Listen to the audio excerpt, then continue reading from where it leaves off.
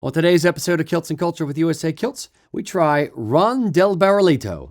That's a funny name for a scotch. It's a rum?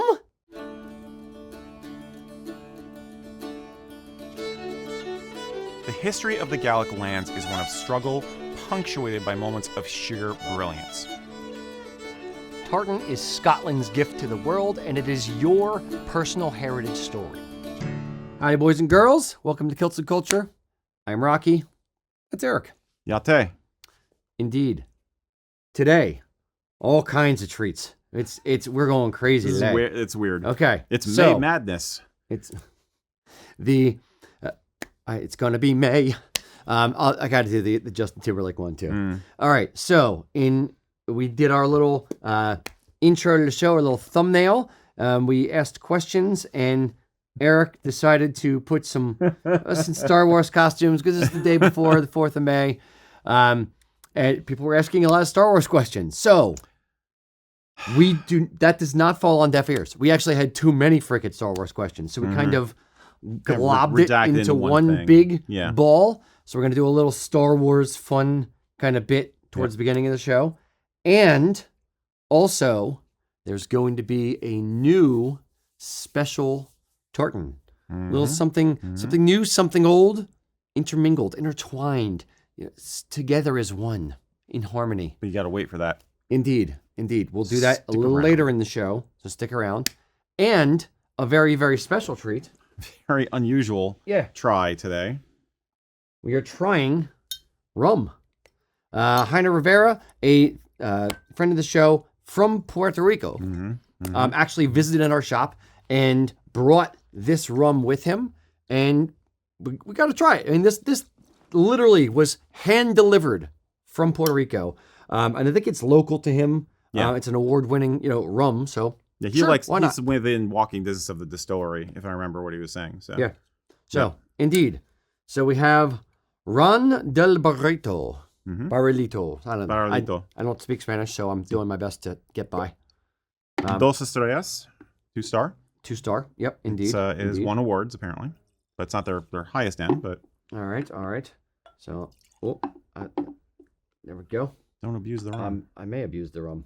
See, now this is traditional because there were Scottish guys and Irish guys too in the British Navy, so there were some rummies, with their rum rations in the British Navy. So that's my story, and I'm sticking to it.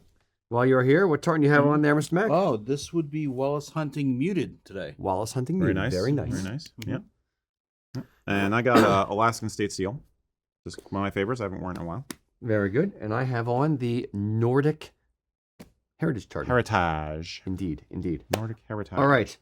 So, Mac, what do we have on the nose, on the palate, on the back? I don't know. On the thing. On the fingertips. On the side.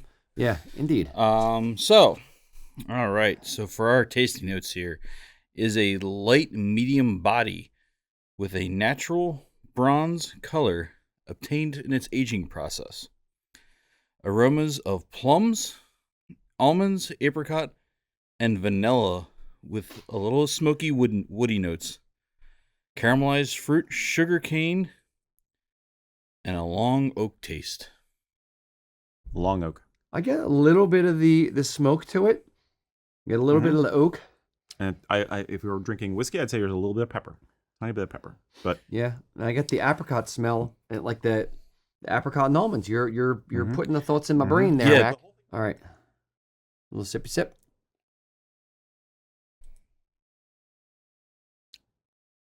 Now you're in my country. Very, very, very sweet. Has a bit of like burnt sugary metallic-y kind of taste to it. Like all squished together. Which makes sense if it's a younger one. So it's not as refined as they said it was aged 3 to 5 years. Yeah, which is it's okay. But a little bit of a bite, a little bit of an alcoholic kind of burn to it. I'd say it's like for me it's like a burnt wood, like just kind of comes in real hard there and then just goes away. It's very short. Yeah. It's like usually you don't get much of a feel on the back of your tongue. Mm-hmm. You know what I mean? But it is a nice rum, though. I do like this. I've never had this one before. It kind of reminds me of one of those, like not necessarily Werther's, but the candy we send out. Right. Those butterscotch. Butterscotches. A burnt butterscotch. Okay. All right. Like a smoky butterscotch. Okay. But yeah, it is a little bit oaky, but it's got a very nice light vanilla overtone. Just typical for rum. The nose is lovely.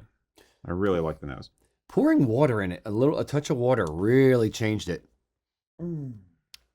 Not necessarily in a bad way. Rum, but, you know, I know, but I'm trying to be a little bit consistent in how I try things both ways. I get a little bit more of like the plum, like not real sweet fruit, but like a little bit of weird fruit flavor when I weird fruit. I don't know how to describe it. Is it the red fruits? It's the green fruits.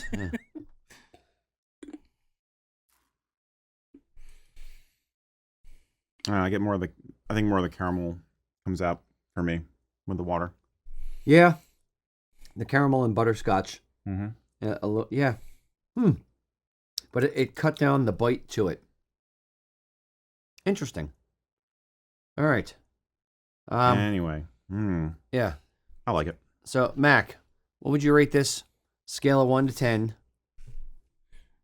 on a rum scale? I don't know. I don't drink a lot of rum, so I'm not sure. No, we don't really do a it's lot of rums. It's the first rum that we've done on the show. In terms of just liking it. Yes. Yeah. Yeah. I'm going to go 7-9. Okay. Mm-hmm. It's a high score. High score. Good. Strong. Eric, you're more of a rum guy than I am. I'm going to go 6.8. 6.8? Mm-hmm. Okay. I do like it. Now, see, I could see this easily, and I don't know the cost of it. I don't know if this is sacrilegious what I'm about to say, but I could easily see this with a rum and coke or in a mixed drink or something like that. I like it. I would never drink rum straight. I don't know if people do drink rum straight. You but just did. On purpose, outside of this scientific thing that is our try on the show. But overall, I'd say not bad.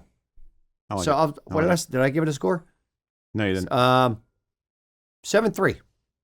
Yeah. Very good. Very good. Was he? Heiner? Heiner Rivera. Heiner. So, yeah. Muchas gracias, Heiner. Indeed. Now, if only we had something else to...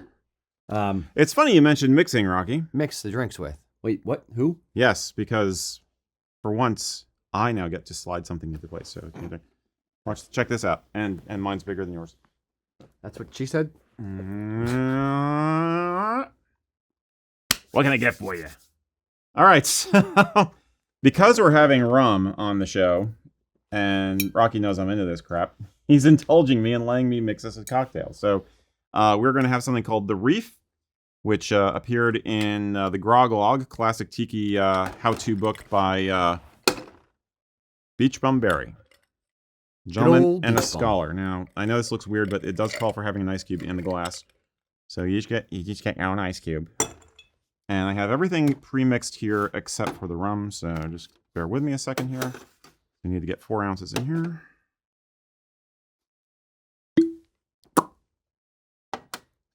And then I'm going to flip the shaker around, like Tom Cruise style, so be careful. Watch out.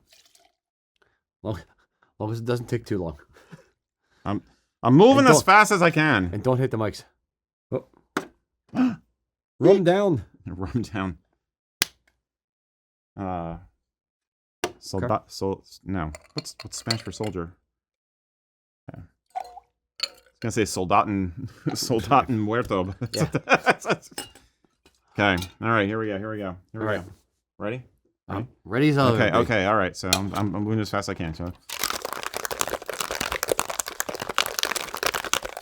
You know how long you shake a cocktail? 36 seconds. 36 seconds? 36. So you heard?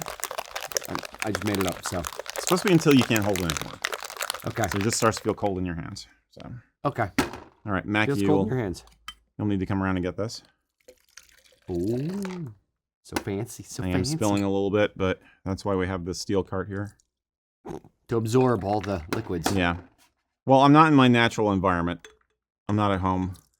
And I had the big red one. Well, yeah, you're the big kahuna here, so Nice. you're gonna get the big mug. And Eric's like, and I'm gonna get the rest of the liquid. Right. No, I'm trying to make it even. Never make drinks for people in multiples, by the way. You're never supposed to do that. Or live on a show. Or live on a show. Yeah. Yep. But you know, we get the Cantina band thing going because we're gonna do Star Wars stuff. So dun dun dun dun Limes? dun, dun, dun. Of course, it's not a proper Come on drink over, Mac. with a garnish, right? Indeed, indeed. Okay. All right, which one's for Mac? Which one do you want, Mac? There This you go. one's We'll just from move that one closer. that There one's you go. from California. All Or right. no, that one's from Florida. This one's from Hawaii, All right. and that one is from Tiki Farm. So Okay. So, we're supposed to like cheers. dump the lime in it. Oh, I love lime. Lime's good You stuff. could, but I don't recommend doing that until after you've actually tried the thing. Yeah, don't do what I just did. You're gonna ruin the All right. drink. So Too late. aloha. Yeah, Slanja Aloha.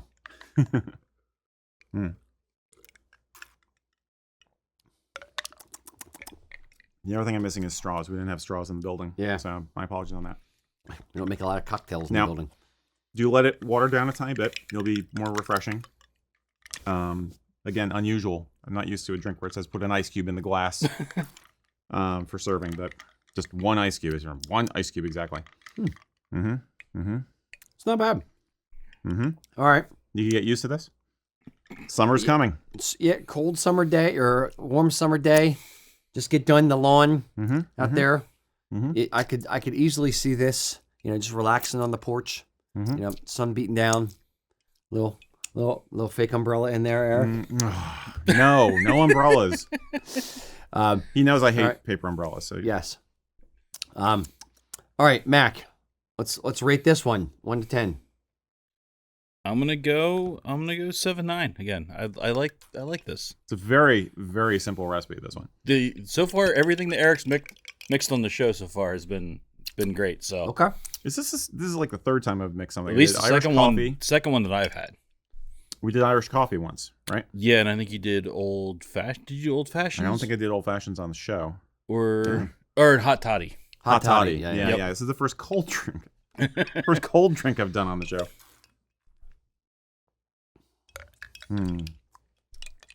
Okay. What do you give it? Rate your score. Rate yourself. Before you bait yourself, Exactly.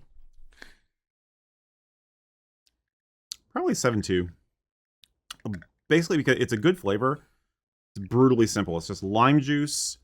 It calls for triple sec, but I use Cointreau instead because I think triple sec's a little cloying. And passion fruit liqueur.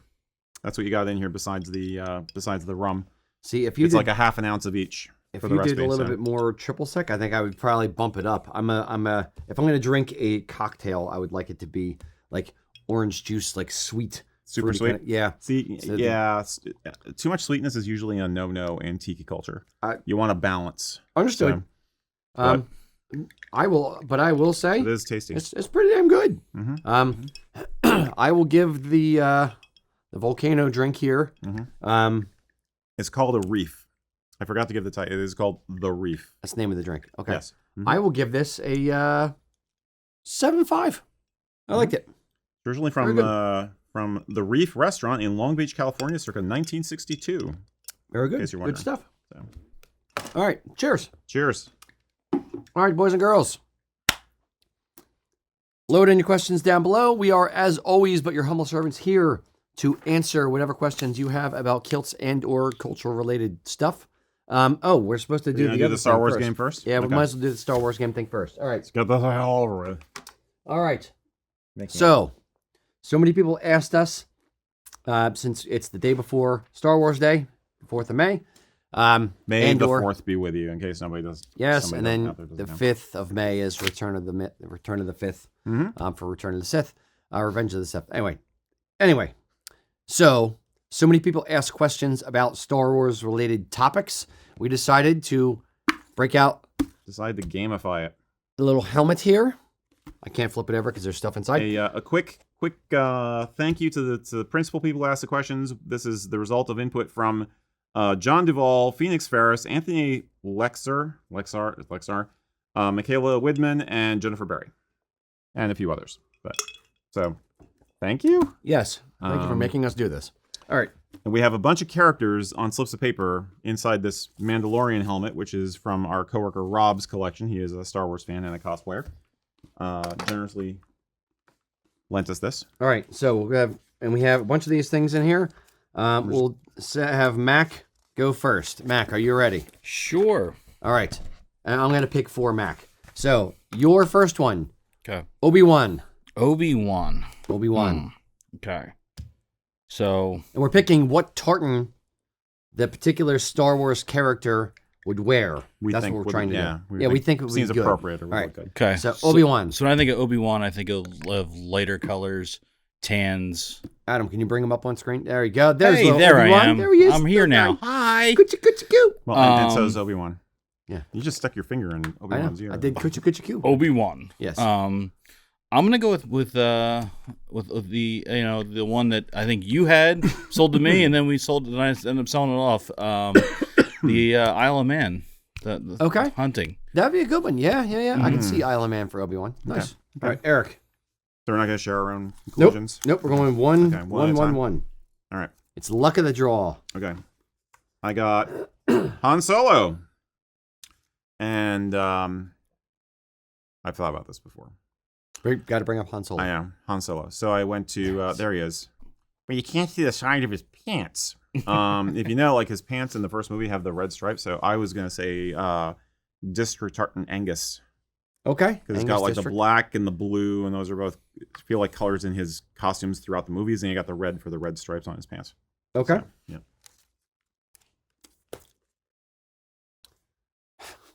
Jabba the Hutt. All right. I had one for that. I want to tell you mine. But go ahead. See, I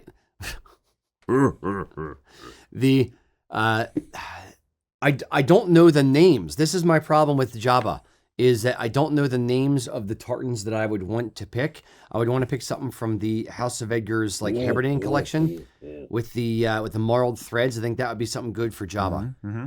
If you have one, you can. You know what mine was? Go. Angel Share. Because I think the colors would be good. You got some golds and greens in there, and it's whiskey, and whiskey was associated with smuggling, and Jabba the Hutt is associated with smugglers. Okay. So. Okay. Very good. See? So Angel Share. That was my answer. All right, Mac. You are. Ye be Jedi. Jar Jar Binks. Oh, Misa. Misa gets to pick this one, huh? Misa's so happy. So thinking about his kind of his color palette, I think he's probably up him up on the screen now. Yeah, there he is.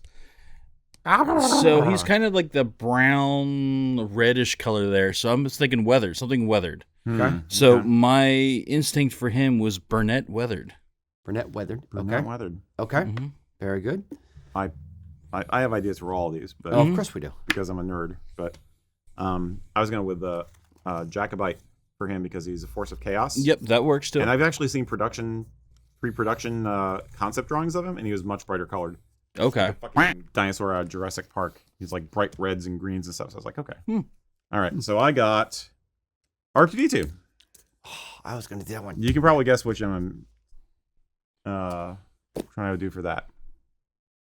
Yeah, no, I already know. So, you want to hear? Sure. Earthrise. That's exactly the one I would have picked for it. No, you're both wrong. Napier.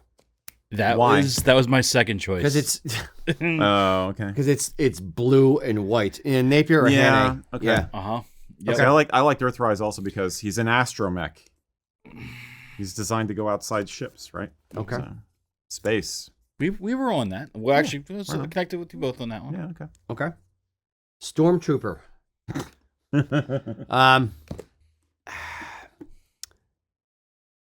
McFarlane, black and white.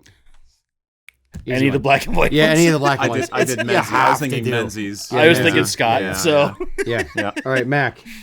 You are Leia, Princess Leia. All right. So this one, thinking about it, and there's a lot. She wears a lot of white. Which costume? So I was going off the white. Her hair is brown. Again, I'm thinking something dress weathered. So in this case, I went with, because she's also royalty. Stewardess weathered. Yep. Nice. Very good. Very good one. Okay. I'll give you that one. That Well played, Mac. Well played. All right. Mine wasn't as good. I had one for Leia, but it's not as good. It's getting stuck in the foam in here. Rob's body sweating inside the helmet here. All right. Padme. Smells like Mandalorian. Padme, a.k.a. Queen Amidala. I think every time you think of her, you think of the main costume that was in all the stills and stuff. The marketing one, it was the red and gold costume. Yep. So Bright, I would probably do I'd do German heritage for the red and the gold in that famous costume. And everybody always also thinks of the dress she has on in the scene where they're having their liaison in the second movie.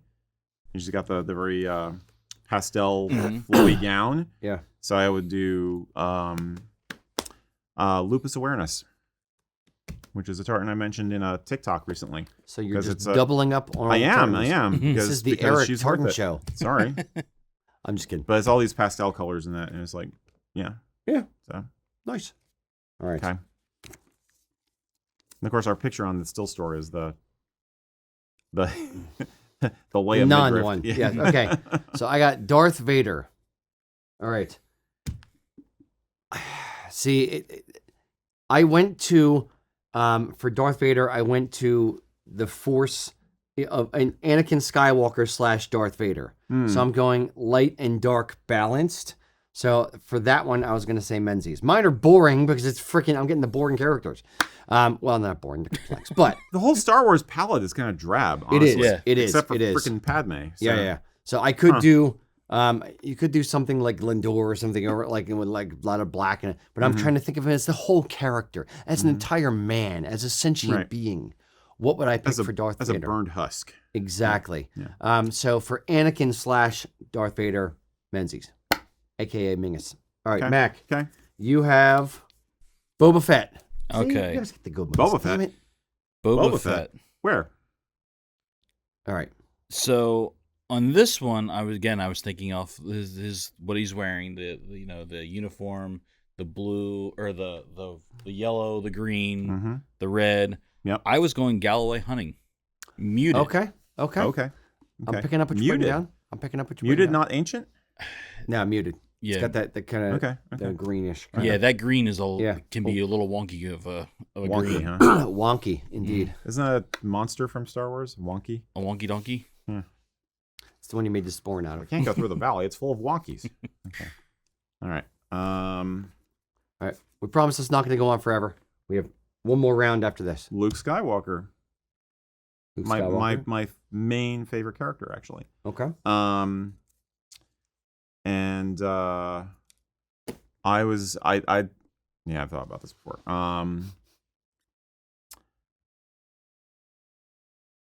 Was it? No, I had two thoughts. Yes, Thompson hunting modern. Because it's got brown for the one costume, black for the other costume, and it's got both a blue and a red. Okay. So you got both colors of lightsabers. Okay. Very nice. Well done. Well done. Well done. All right. We're getting a lot of cosplay orders. Yes. I'm getting Yoda. All right.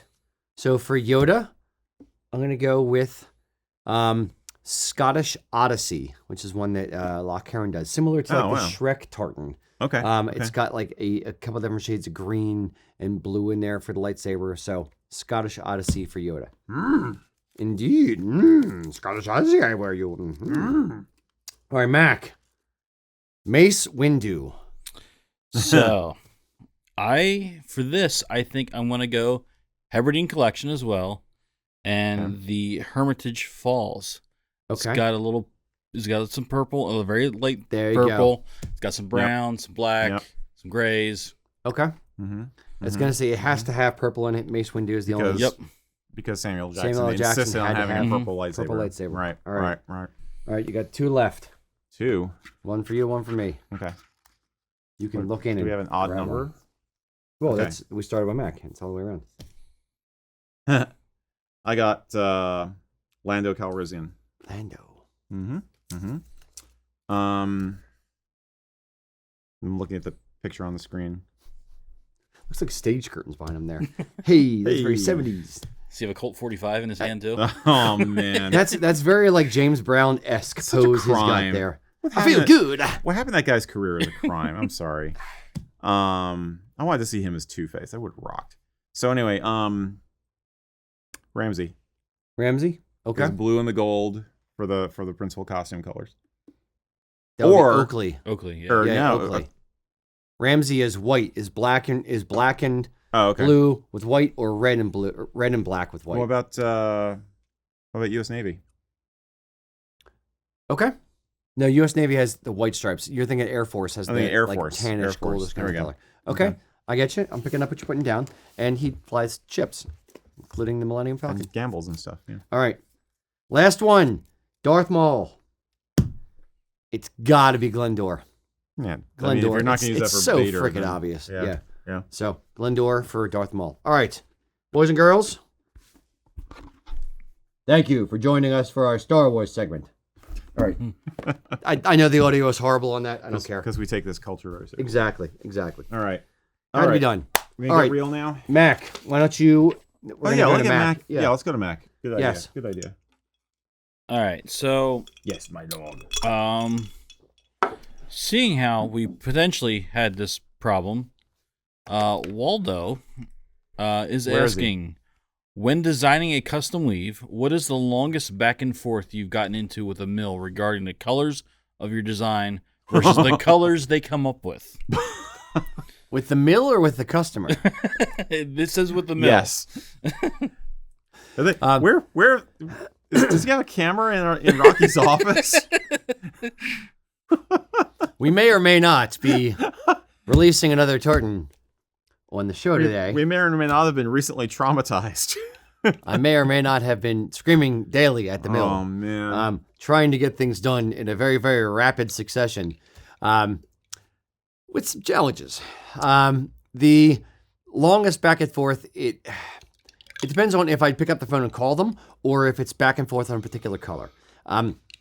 What we do is here in the shop, for any of the mills that we do custom weaves with, so Loch Heron, House of Edgar, Martin Mills, I actually have all of their stock supported yarn shades here. I beg and plead with them, please give me your yarns. So they actually send me the yarn shades. That way I can literally just go through their entire collection and say, okay, stock supported yarn shades. That's going to make it easier for you guys, easier for us. We can work within the color palette. And then I can pick from that. If a customer comes in and says, look, I really want this, this chartreuse, or I want this, bubblegum pink, or whatever the oddball color is. We can have it custom dyed to match a particular color. If you say, I need to match Pantone number, this, or here's a piece of cloth that already has this particular color in it. Like we have a pipe band right now looking for, I think it's Princeton pipe band. I forget what it is, but their school colors are orange and black. And they have an orange and black tartan that they physically gave us a yard of the cloth and said, here, match this. And it's freaking orange. It's like safety vest orange. So none of the mills are going to have that color. So we're going to have to either take a piece of it and send it over to the mill and have them custom dye to match the thing. Or we can get a Pantone shade that we think is close enough and have the mill do basically a sample dye, which they'll dye a few pieces of yarn, a few little hanks of yarn, send them to us. Then we send it to the customer and say, okay, is this close enough? Which of these three do you like the best? Do you need it darker? Do you need it changed? And kind of go back and forth. So what's the longest back and forth?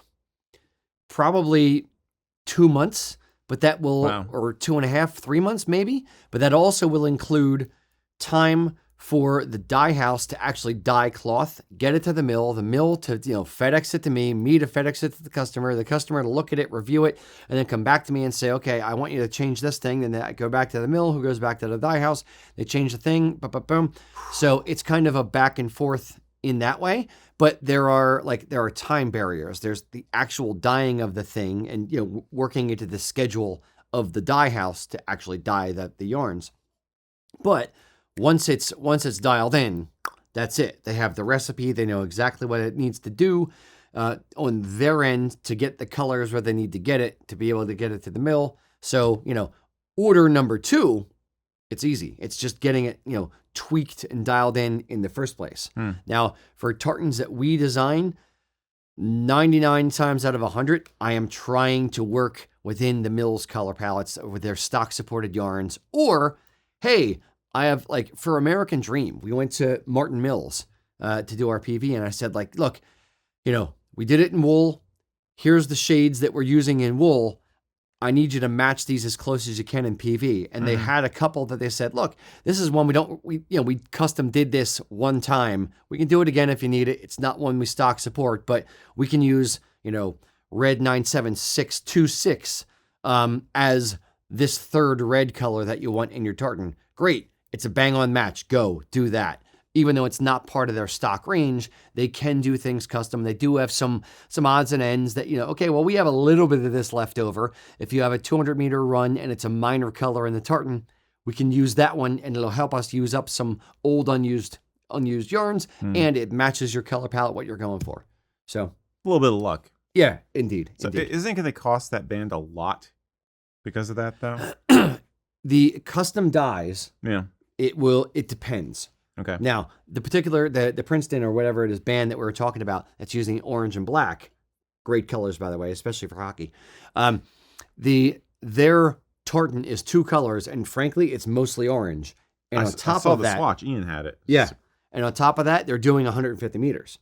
So if you're doing that much cloth, it's a major color in the tartan, then it's not really going to cost as much or anything for a custom dye because economy of scale. Exactly. Yeah, now, if you say I'm wearing Nordic Heritage. So if you say, the gold stripe in the middle of my tartan that is only, 6 threads in a huge repeat. Yeah.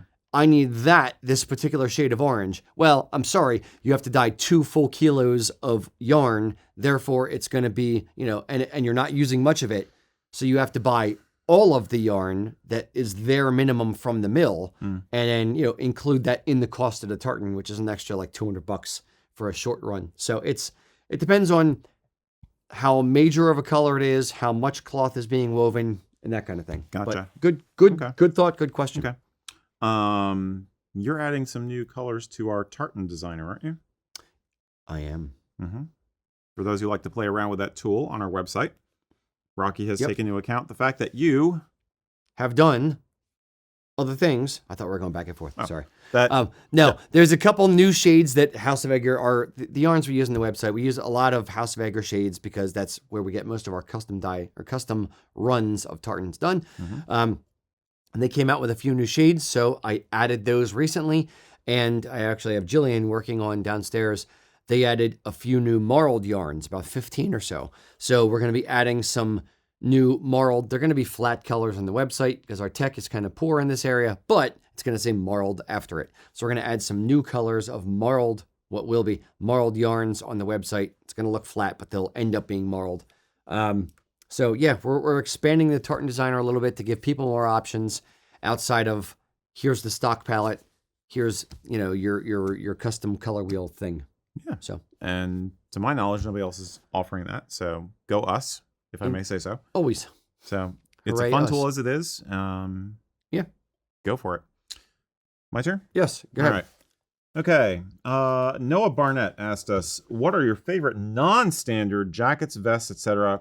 to wear with the kilt? He says his personal favorite is a black sweater vest. I'm a sweater vest person. So yeah, non-standard jackets. He just had a vest for himself, but so let's say top layers. Yeah. Jackets and extra. Non-standard. Well, what is standard? Is standard traditional or is standard contemporary wear? Is standard, cosplay? Is standard historical effect? What is standard?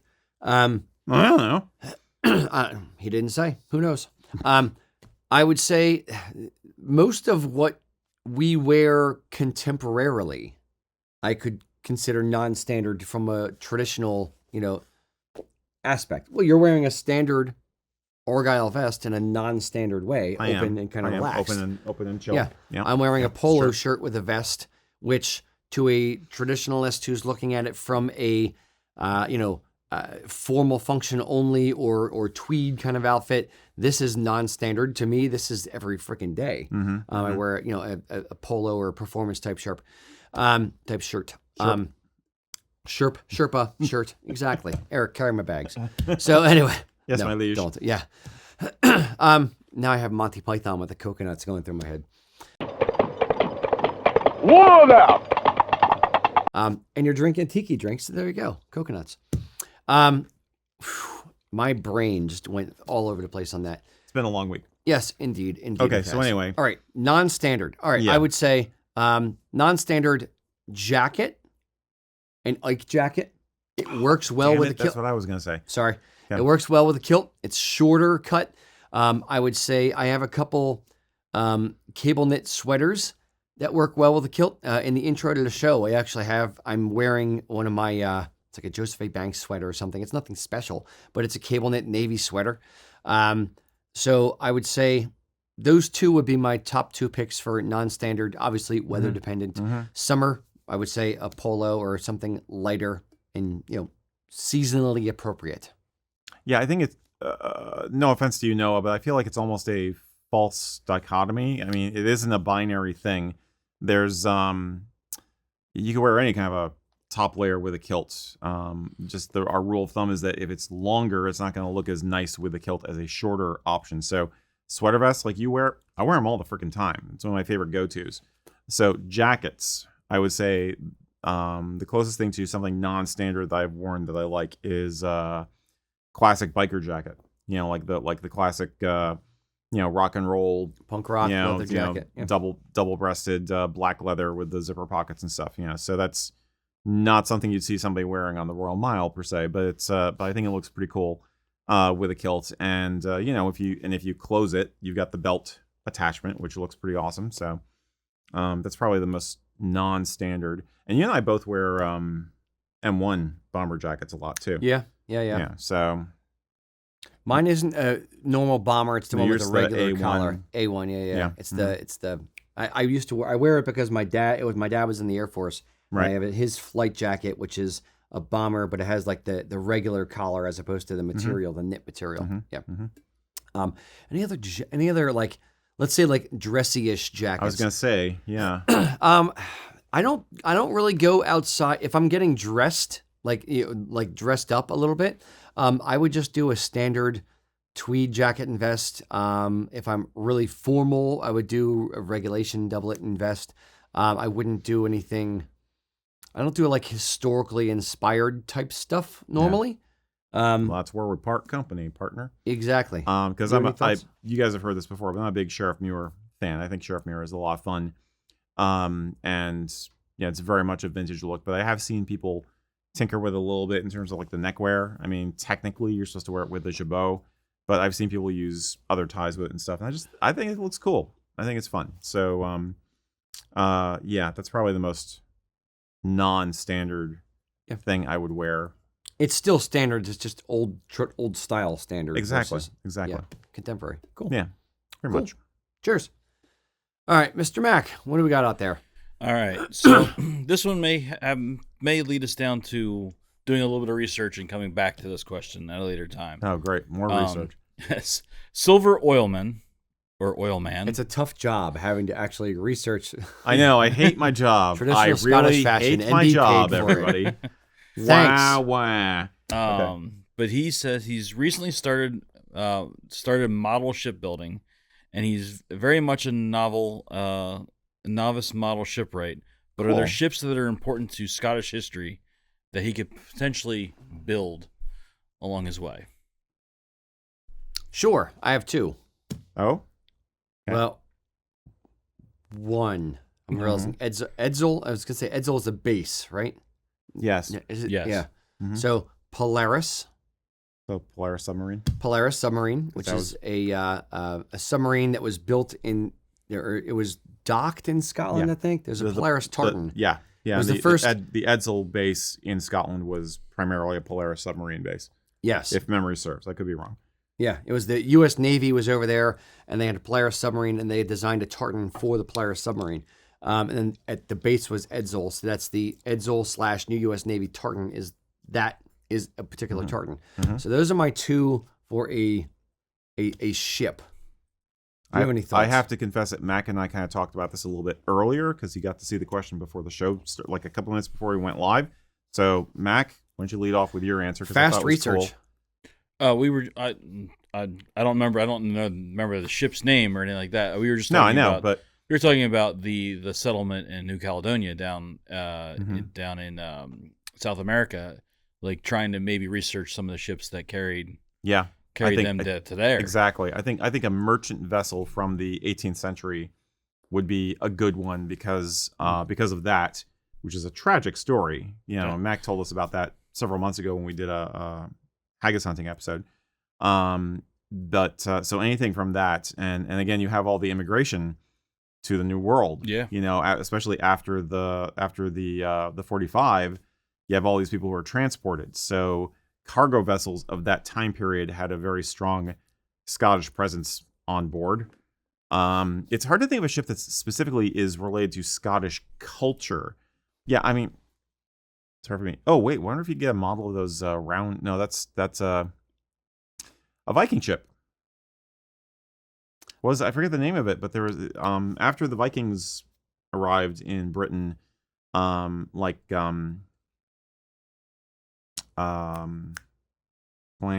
Gun and other clans from the Isles retained use of a Viking style ship. They had a smaller version of it. I can't remember the name of it now.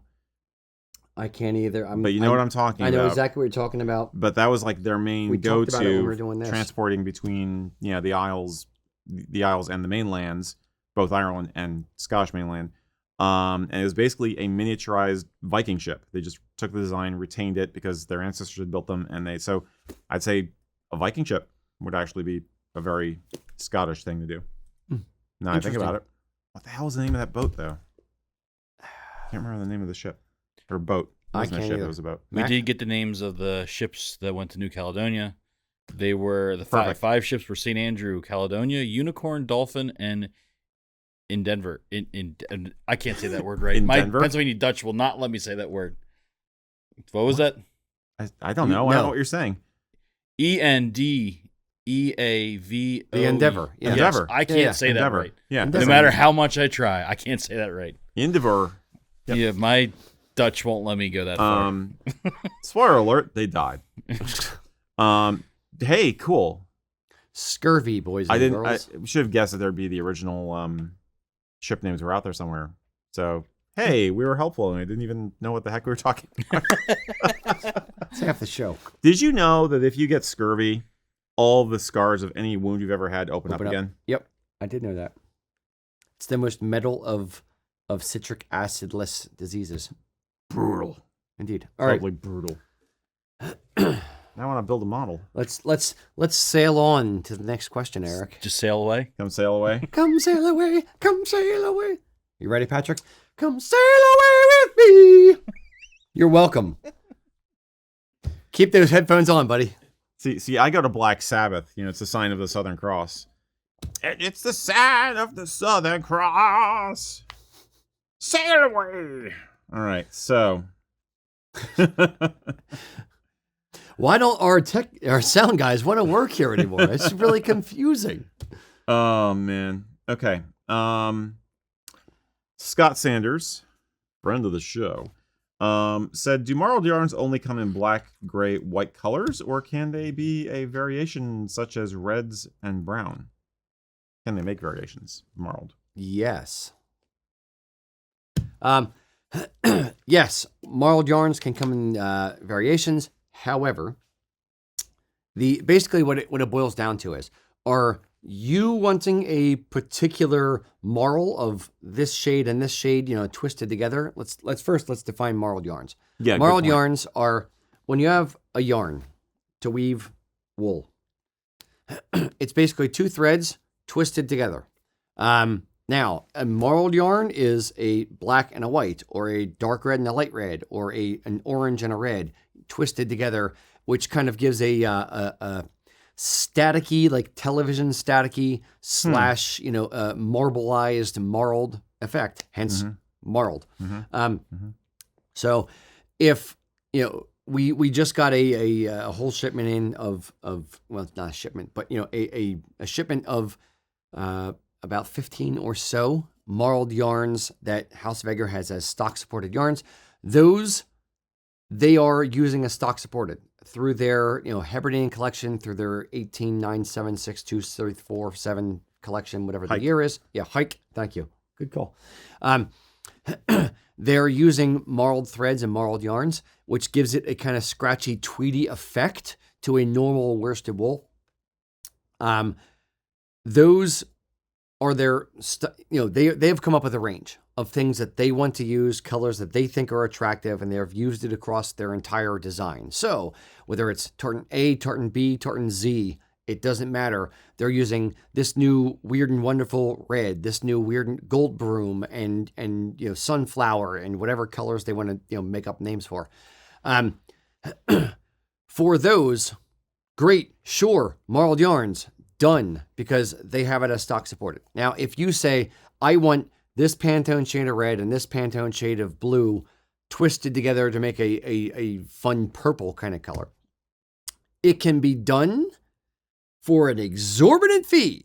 So if you are, and you may not like how it comes out, if you are, Daddy Warbucks or Sawbucks, what's the guy's name? Warbucks, yeah. If you're Daddy Warbucks and you have billions of dollars sitting around just waiting to be spent, do I have a company for you, by the way? USAKilts.com. So if you have a ton of money and nothing to do with it, sure, it can be done. But the minimums to have 2 individual plies of yarn done and then spun together, and on the hopes, no pun intended with the crossed fingers, on the hopes that it will look good and you will be able to include it in your thing, then sure, go at it. But outside of that, it's one of those where it's not necessarily cost effective to be able to come up with a marled yarn as an individual. You are far, far, far better trying to work within the custom palette of one of the particular mills. Now, House of Edgar does about 15, well, if you include the grays, about 20 or so colors of marled yarns. La Karen, I think, just does grays, and Martin Mills just does grays. So it's a newer thing within the industry to use marled yarns. So it's a fun new, I'll say, trend. Something I want to see continue because it's a really, really cool effect and makes the tartan cloth actually look very, very different. But the choices are very limited. Thoughts? Anything to add to my ramblings? None. Except I think that marled thread is definitely a big trend right now. I have trouble seeing it going away anytime soon. But I would also be a little circumspect if you were designing a tartan. I would say try and design it without the marled thread first and make sure you love it without that special effect, and then consider adding in marled thread. You said love it. That's not a marled thread. His knee slapper is this very, guy. very funny. Am I right? Yeah. So I can't really address marled thread in general, except for from a style standpoint, I'd say. Yeah. It's very cool, but chef's kiss. Yeah. It's beautiful. It adds a whole different dimension to it. If you're used to if you remember back in the 80s, and I've seen a few of them recently, I think they're called stereograms, where you stare at a picture and it, a 3D effect comes out if you unfocus your eyes.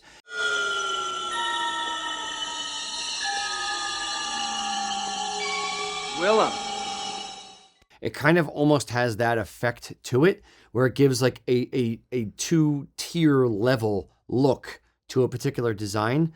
The Nordic Heritage that I'm wearing right now, we actually used marled grays in this design. So it's one of those where it's it really just adds a little something different, a twist on it, a depth. Thank you. That a lot of regular normal flat tartans don't have. So it's 2D chess. Yeah, so it's rustic. Indeed. Yeah, rustic. Yeah. Indeed. Mac. We did have a question come across. Somebody's asking if there's a marled gold or silver yarn. There's actually a few marled gold tannish ones that are going to be coming out. Maybe even in a tartan in the moderate future. Not exact near future, but moderate future. In the not too distant future. Maybe next Sunday AD? Maybe September. Maybe September-ish. Oh.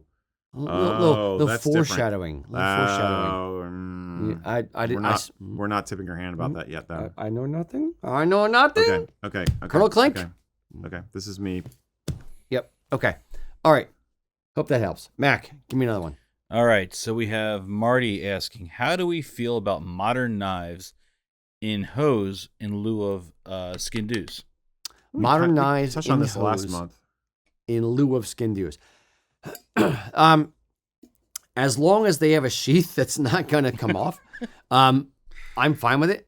Frankly speaking, if I'm wearing, I'm not a big fan of skin dews. It's they have a tradition, they have a place in formal wear. But if I'm going to carry a blade, I would rather it be a functional blade. I use a lot of thumb flip or finger flip kind of blades. So if I'm going to carry one, it'll either be on the belt, potentially in the sporran, because it's going to be a flip action. Mm-hmm. It's not going to be just a standard, hard fixed blade. Fixed blade. Yeah, fixed blade. Mm-hmm. Now, if you have a fixed blade and the scabbard of the blade won't come off, or it's easy to it's easy to get back in, or it should come out with the knife. I'll put it that way. Okay. If I don't want to just try to angle it and aim it towards my leg and end up bleeding in my kilt hose. What? Thoughts? I don't have any problem with it in principle. I think that skin dews are designed to look good in a kilt hoe. As we've said before, most of them, unless you're a knife person or a knife guy and collects the really cool stuff, they're mostly show, not for blow. So they're meant to look good sticking out of your sock, and therefore the proportions are good for that, and they tend to be fairly flat, so they're comfortable to wear. Knives I prefer for a practical standpoint. I would never wear down a sock. Just wouldn't work.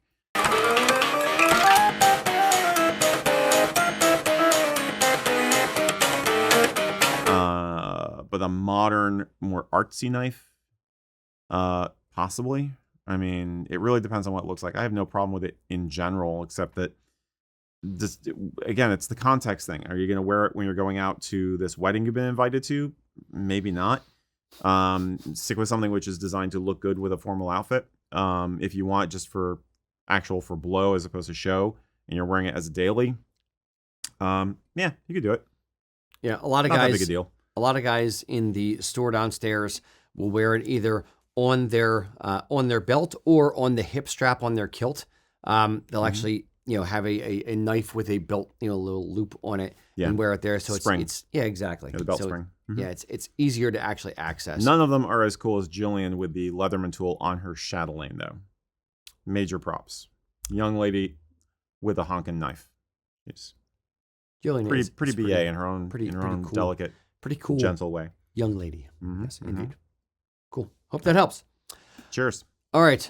My it's turn. About midterm, mid-section of the show. A little early, but yeah. Okay. No, because it's 3 minutes. It's 3 minutes slow. It's like 56 right now. We really should fix that clock. I know.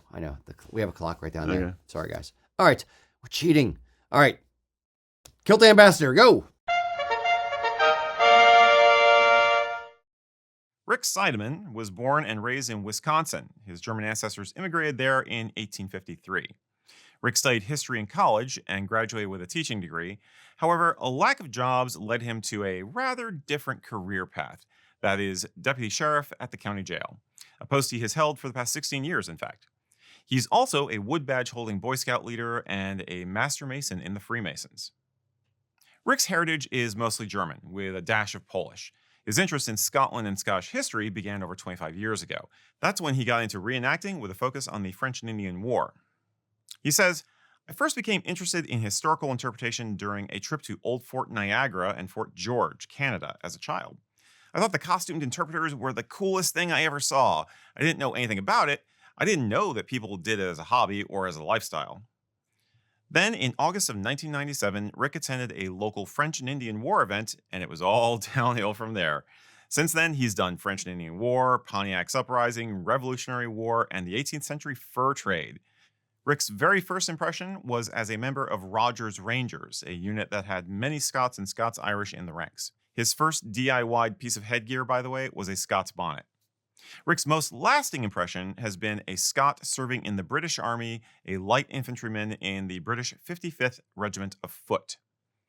So representing these men really piqued Rick's interest in Scottish culture and history. Around 2013, with the help of some friends, Rick began slowly assembling the kit to interpret a Highlander serving in a light infantry company in a Highland regiment. He debuted that impression in 2019 at Fort de Chartres. But what could Rick do next to explore this stuff? Well, you guessed it already, Jacobites. He says, my latest impression as a Jacobite Highlander in the 45 Jacobite Uprising was completely unintentional. I was invited to join a Jacobite group on Facebook. At the time, I had no real understanding of the Jacobite movement or the uprisings. But of course, he dove in, and the results are amazing, if I may say so myself. Shortly after this, Rick's fiancée suggested a vacation to Scotland, and that's when Rick's passion really got fired up. He now owns several great kilts, has visited Scotland twice, and is the proud owner of an ever-expanding library of Scottish history books. He's even learning Scots Gaelic. He says, I have one regular kilt. I enjoyed wearing it in Scotland. I wear a kilt for scouts, Masonic Lodge meetings, hiking, and of course reenactments. But compared to modern stuff, I actually really prefer my 18th century attire. Can't say I blame him. By the way, Rick has also gotten his son into reenacting, which I personally feel is very cool. So, Rick is a prime example of someone who has found kilts and Gaelic culture purely through education, as opposed to growing up with it the way some people have. As he says, I am still proud of my German heritage, but I would firmly state that I am Scottish in my heart and have a deep love for Scotland. I was already planning my next 2 visits to Scotland before I even left Scotland on my last trip. And that's what it's about, right? So, hey, if you live in the Midwest and are interested in this history, you can chat with Rick about it via the KNC Facebook group. He is actively organizing a group for Jacobite Rising reenactors and history buffs who live in the region. So, Rick, keep it up. Thank you so much for sharing your amazing impressions with us and for showing people what this history really looked like. Hey, Rick. Slange. Yeah. In all seriousness, I close that by saying keep up the good work and keep showing people what this stuff really looked like. And that is what living history is all about. I mean, on a personal level, it's about feeling it, and then if you're lucky, you get that time travel effect, where it's like for a few seconds, you're not actually in the 21st century, which is an amazing feeling. But for the sake of the public, it is about the fact that you put in a lifetime of your own personal time and hobby time and research to make this kit right. And it's especially gratifying when kids get to see this and it's like, no, this is not Hollywood. This is not a caricature. This is actually what it was like. I kind of think of it like a musician. You're not that you're paying for a reenactor necessarily, but it's it's all the amount of work that goes into it behind it to get to where you are, in the same way that when you hire a musician, you're not paying for their hour, you're paying for their hour plus the years and years and years of practice and time they put into craft. Or any artist. Yes. I might say. Fair. But so I envy you the time and the focus, Rick. And I raise a glass to you. Keep it up. Cheers. Now, what I am curious about, I love a lot of his different tartans and materials that he's using, and I love how like tweedy and earthy they kind of look. And it got me thinking. I love the Nordic heritage tartan, and I love the marled yarn that we used in it. But what if? I'm gonna go Marvel comic series. What if there was a tweed version of Nordic heritage? And what if it wasn't the normal colors? No. It was a weathered color palette. What would that look like? Hold on, let me have a thought bubble appear on screen as I look to the side and think. Yeah. It's beautiful. It's tiny. Indeed, it's Can you make tiny. it full screen for a second? Adam's like, no, this is the photo I uploaded. So, there you go. Woo! So, yes, we have played around with and are going to unleash upon the world the Nordic heritage weathered tweed tartan. Indeed. So, indeed, tweed. Now, Essentially, here's the actual. I feel the need for tweed. So, I have a Stuart hunting weathered tweed tartan, and I love this. And I wanted to do something else similar to this. I wanted more of this type of thing to exist in the world. We have our Nordic heritage tartan, which I love. Mm-hmm. So I contacted the mill and said, hey, make this look like that, but with these colors, but with this pattern, but with this material tweed. So throw that over there. Yes, available now. Nordic heritage tweed, weathered tweed, reverse those tartans. We actually have it on the website already. Yep. If you just search for the word Nordic on the website, you'll see both will come up. So just pick it there. Yep. But yeah, that's something we're doing a pre-order for. I don't think I'll say this. I'll never say never. It's one that I am probably going to do as a custom. Once it's gone, it's gone. If everyone and their mother freaking loves it, and there's another round of people a year from now that really need it, sure, I might stock support it. But for now, I'm considering it a limited edition. We did a survey a couple months ago. Yeah. And we asked people on the show, hey, go take this survey, tell us about what types of things you want to see. Mm-hmm. And one of the things that people really dug into more than I thought were tweed tartans. So tweed tartans, I wanted to see more of in general. I think they're freaking cool. Especially with the marled yarns and the tweedy looks to things, the more earthy, natural vibe that a lot of people seem to be into. Mm-hmm. So I wanted at least one more tweed tartan to exist. What better tartan than the freaking Nordic heritage? So yeah, it's a thing. It's a thing. Make it a thing. It's now a thing. The freaking Nordic heritage. Indeed. So how long does this pre-order last, Rocky? We're taking orders for 1 month. So essentially, starting now through end of June plus the weekends, just like June 2nd, whatever it comes out to, is when we'll take pre-orders through, and then we're putting the order in with the mill and off to the races. So TikTok. Indeed, if you want yours, get in now. Yeah, it's pretty freaking awesome. This is one that I am honestly like overly excited about existing. Mm-hmm. I just want it to exist. It's I have the luxury of having like weird ideas that I can just say like, hey, this should be a thing. Let's make this go. And making it a thing. So, yep, this is a kind of a representation, where my finger, there it is. Kind of a representation as best we can get of what it's going to look like. So, Nordic heritage tweed, do your worst. Now, question of the day. This is hard. It is. Damn, that's it's backwards. hard. Yeah, indeed. Okay. Question of the day for the show. Thank you. It's already on there. I'll just read it. What tartan would you like to see in tweed? So, outside of Nordic heritage, obvious answer, freaking best. What other tartans would you like to see as a tweed tartan, a tweetin, if you will? And we're gonna, we're gonna ask these questions. Or we're going to ask this question. We'll go over it. Max, start accumulating. Matt, if you're out there listening, start accumulating some answers. What tartans you want to see in tweed, and we'll go over a few of these at the end of the show. Mac. There is a quick question here. Someone is asking, Zombie Caddy is asking, how is the stiffness of this wool versus on the tweed? Question. Yeah. Versus what we typically would have. Softer? It's a little bit softer.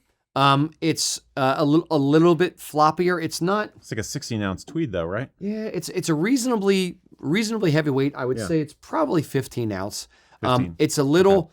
Okay. It's thicker. There's a little bit more nap to tweed than there is to like a hard finished cloth, like the kilts that we're wearing. Yeah. So it's a tiny bit, and don't let this scare you. It's a tiny bit spongier than a normal kilt cloth.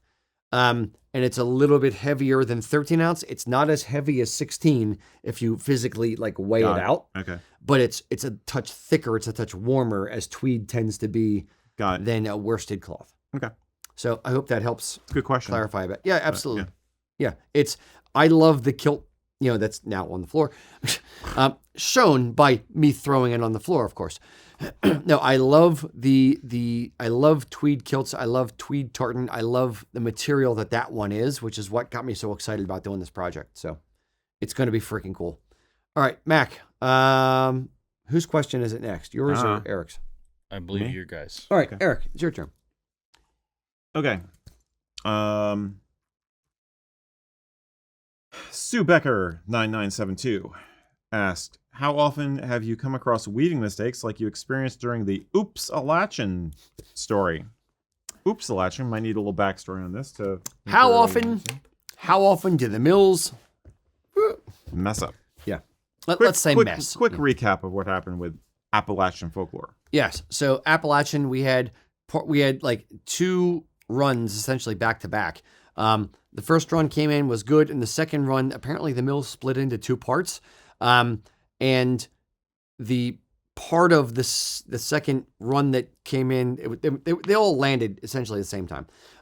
But the mill screwed up, and when they pulled, one of the threads one section of threads for the design, they chose charcoal versus, they chose the wrong color. So essentially it was the tartan wasn't exactly what I ordered.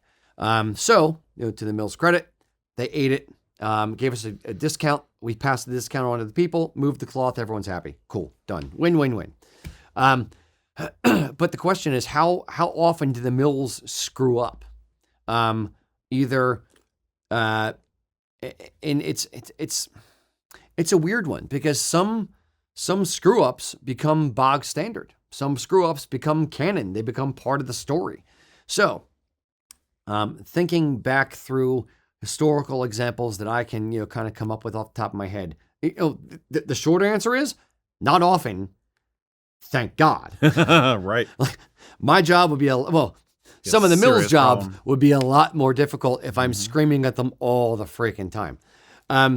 So the 3 examples jump to my mind. One was, and I won't shame the mill. I should, but I won't shame the mill.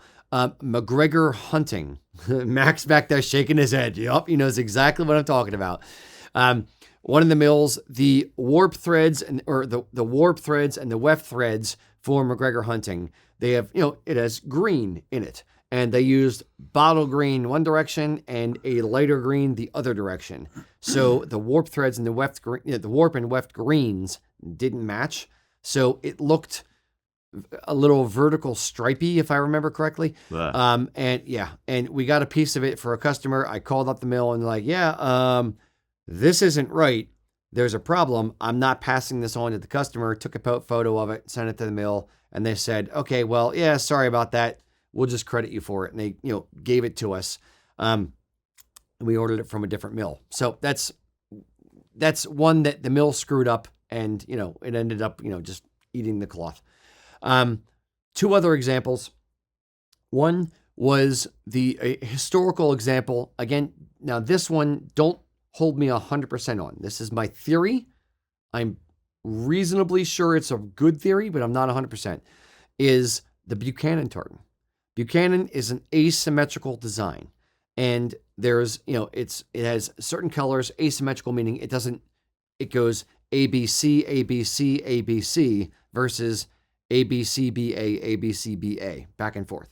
So it's asymmetrical. Now there's a Buchanan Old, which is an actual symmetrical version of the regular Buchanan tartan. So my theory is, and I'm not 100%, again, fact check me, I am not perfect. My theory is that it was somewhere along the line, a mill screwed up and used the Buchanan Old and, didn't, reverse the order as they went to the next thing and did an asymmetrical version of Buchanan. And it just kind of became the standard design. That may or may not be true. Do not quote me on that. I will deny it, even though there's now video evidence. You want me to fact check you, Rocky? No problem, pal. I'll fact check you. You know what? You're wrong on this one. Right from the Scottish Register of Tartans. The regular asymmetrical Buchanan tartan was actually produced by Wilsons of Bannockburn circa 1800. It was actually originally a fashion tartan, and it was later adopted as an official clan tartan in about the 1830s. And the symmetrical version is known as Buchanan of Lenny. It is from the Scottish Gael, James Logan's book, The Scottish Gael, and he apparently was kind of defective in his representation of tartan. So he gave it an asymmetrical tartan, asymmetrical look, screwed it up. However, the symmetrical version stuck, and it is now known as Buchanan Old. Now, the other, I would say, most famous, unfamous, no one really knows about, but we've exposed the story. Ha! We're TMZ, digging in the dirt. Is the Flower of Scotland tartan. Bill Whelan from the House of Edgar, well, he was from the House of Edgar, was there when the Flower of Scotland tartan was born. Essentially what happened was the mill went to weave the gun tartan.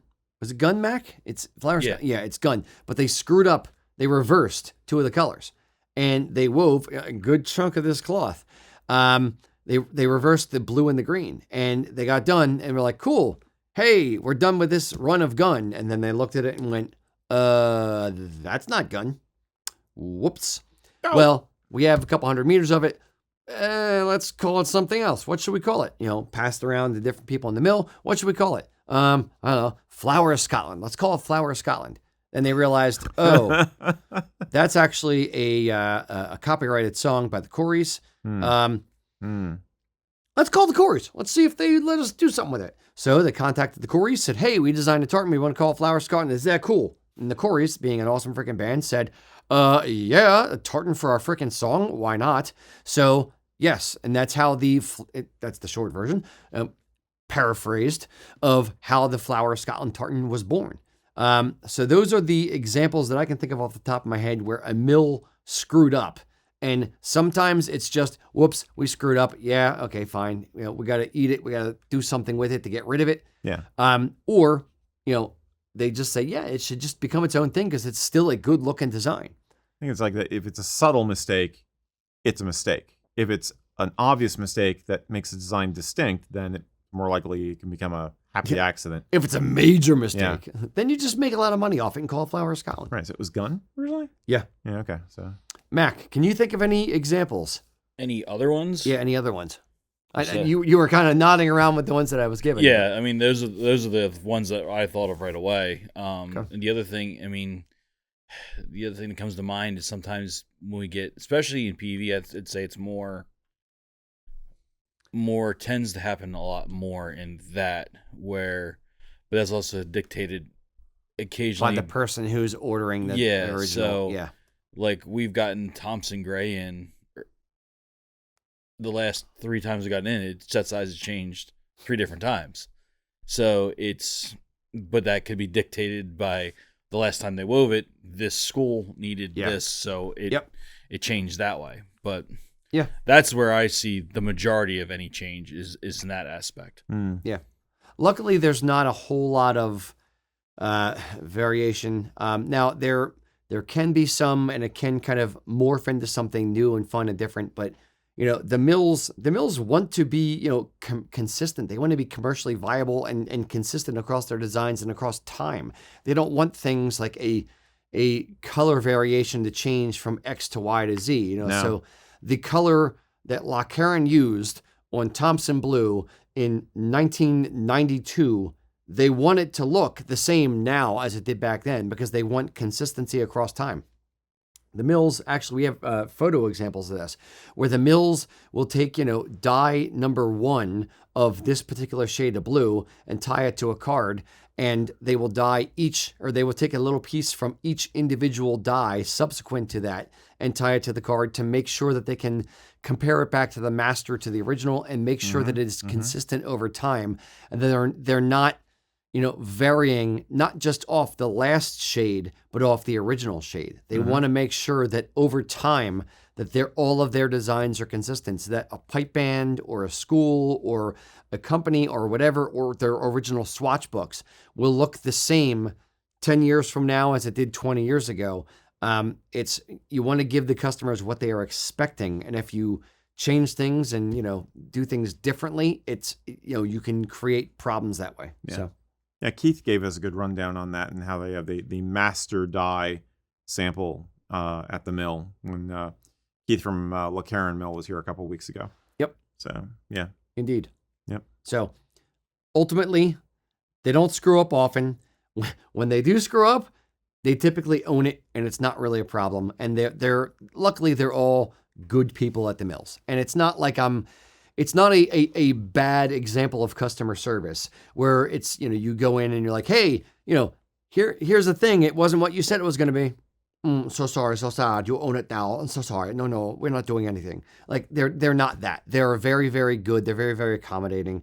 And if somebody screws up, you put your hand up, you own it, and you say, yep, we screwed up. Sorry, we're going to fix it on the next one. We're going to fix it now. Right. Here it is. We're going to fix it for you right now. So cool. And you never see the mistakes that we see. Oh. The buck has to stop with us because otherwise we're the one who the customer calls if there's a problem with their tartan. So yeah, with Appalachian folklore, I had that, split second, and I will say split second thought in my head of it was such a minor thing, but it was one of those, like, I saw it.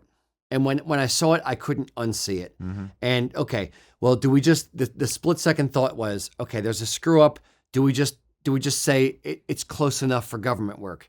And the immediate answer was no.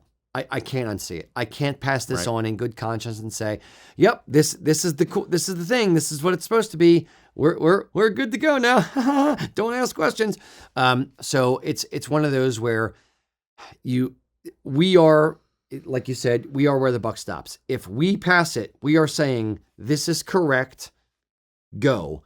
And if it's not correct, it's not correct. You can't pass it on, because where does it stop then? And if someone's going to call us out, and it becomes a whole thing. Mm-hmm. So I'd rather, with our eye for detail, between me, between Mac, between the kilt makers that are over there, I would rather look at it and go, nope, it's not right. Let's fix it. Let's do it right. Let's make it right now, before the customer has to find it and come back and complain about it. I'd rather find it first than get called out on trying to, let's sneak this through and see if anyone notices. Mm-hmm. So that's why we have to be perfect, because it's our name on the line for this stuff. It's the mills as well, but it's more ours. If we didn't see it, you guys would be like, but this isn't right. Why? There's something off. Why did you guys let this go? So nope. If it ain't right, don't let it go. Sorry, rambling. All right, Mac. When did the mills become Edna from The Incredibles? That accent was along those lines. That's okay. I was starting to feel a song. Okay. Oh, flower of Scotland, how did we screw up gun again? Da, da, da, da, da. Indeed.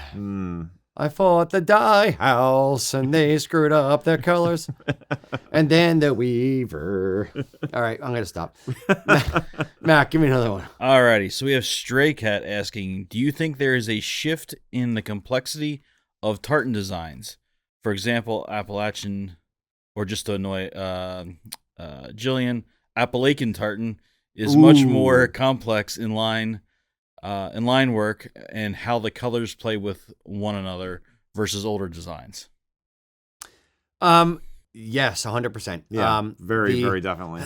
Now, the traveling back in time, the original clan tartans were higher contrast, for lack of a better term, for the most part. That's a good way to put it. And they were a bit blockier, especially the Sobieski Stewart designs. I'm going to that well. The Sobieski Stewarts. Drinking game. It's appropriate. Yeah.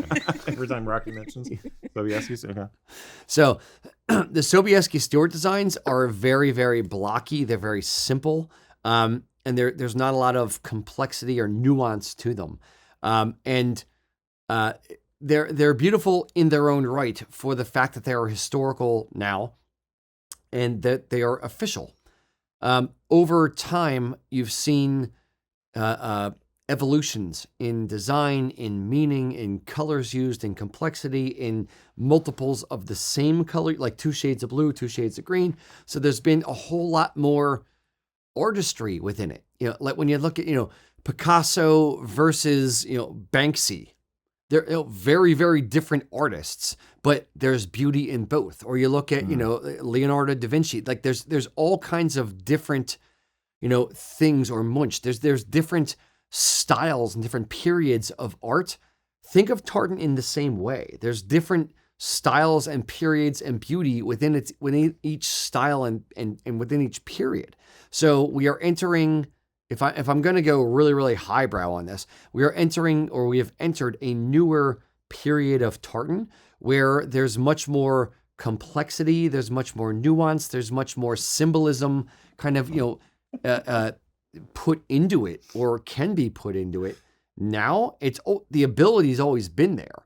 But people are thinking of it on a deeper level. It's not just the simplistic version of, this is my clan tartan, therefore it's the one I'm going to get. Or this is the version of my clan tartan I like, therefore it's the one I want to get. It's this concept has meaning to me. It strikes a chord. It's something I want to, express outwardly as a bit of my fashion, whether it's, Angel's Share, whether it's Appalachian folklore, whether it's American Dream, whether it's, there's all kinds of fun, aspects to this that have yet to be explored. There's a whole world of tartan out there that has not yet been touched upon or explored thoroughly enough. And I think you're going to see a trend of people and or companies doing a lot of fun, different things around concepts, around designs, around playing with the waviness of it, gradient scales, playing with colors in a different way, not just red, green, blue, kind of scale. It's going to be whole different things. Yep. There's a whole new world, boys and girls. Erik. Hi. Yeah, I think technology has something to do with it. It's easier to design something like that and not lose the forest for the trees, so to say. Designing on software makes it a lot easier. Looms can handle it, whereas back in olden times, much more limited. And I think there's a boredom factor. People just want something that feels more today and just feels different. It's just boredom with what came before sometimes. I do think that more people design with a meaning or symbolism in mind first, which is not something that is historically seen. It's just like, oh, yeah, I like that tartan. Okay, that's now the official clan tartan just because I like orange. But the nowadays there's all kinds of playing with thread counts and colors and shifts and everything to build that into it. And I think the concept and the symbolism leads the design more than ever before. Goes without saying. I mean, when we designed, I say we, but it was basically Emma and Jillian, designed Appalachian folklore, they specifically wanted something that looked a little dark and forbidding and spooky, because their inspiration was some of the dark storytelling of the actual Appalachian mountains and the people who live there. The folklore. So the folklore. So that informed their thinking, and that resulted in the gradients they used. So yeah, I mean, it's only going to get more complicated, I think. Honestly, and then at some point somebody will be like, I want something bold and simple and straightforward, and then they'll come up with something simple. But there's Rob Roy Gold. Right, but there's room for it all is the point. Yeah. I mean, as long as we can preserve the records and you can weave it, you can make it. So yeah, absolutely, it's more complex, and it's a great thing. Yeah, and I would even say it's complex not only in symbolism and meaning and thread count, the numbers and or the colors meaning something. There's also the marled yarns that we touched on earlier. There's do you want to do it in tweed versus worsted cloth? There's people are playing with it in different ways and on different levels. That it's right. I won't say the sky's the limit, because there are certain limitations to the thing. But even in as much as I don't like warp and weft being different, even the Welsh tartans having the warp and weft thread counts being different from each other, that's another way to play with it and make things different within it. So yeah, there's a lot of room left. There's a lot of road left to travel in tartan design. So I'm curious what comes out in the next few years, maybe from certain companies. Named USA Kilts. When you said entering a new era, my brain immediately went to Highland wear with marled tones. Do. See, I thought you were going to go ska. I thought you were going to go, no. This is a dawning of a new era. I met a girl from Scotland. Tartan? Yeah. Yeah. Okay. Little specials. No, I was going danger zone. But Okay. marled tones. Okay. Get it? Yes. Yeah. Indeed. Yeah. Okay. Cheers. Thank you for the question. Yes. We need to end every question on a ska note. All right, Erik. And you got to do a tartan called Isle of Ska. Really? That got you? It almost got me. Noah Barnett asked us if we have any favorite Burns Night memories.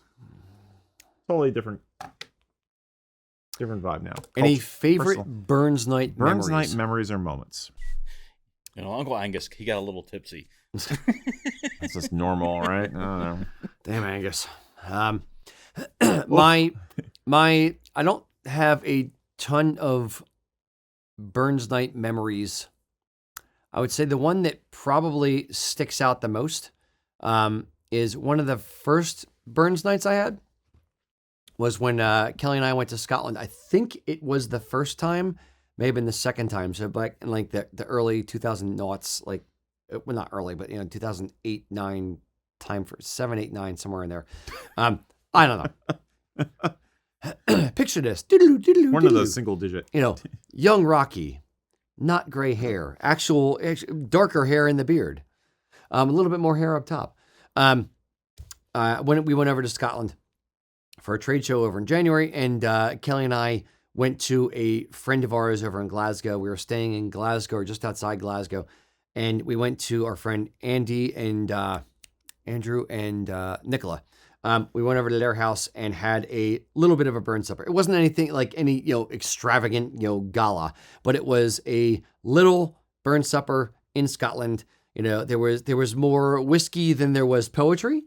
But it was a fun little evening with friends trying Scottish cuisine in Scotland, a traditional-esque way, with just a good, wholesome, at-home, fun thing. It was a good experience with friends. And ultimately, that's what it's about. There is pomp and circumstance. There is, the address to the haggis. There is poetry readings. There is the whiskey. There's the whole thing that surrounds it or can surround it.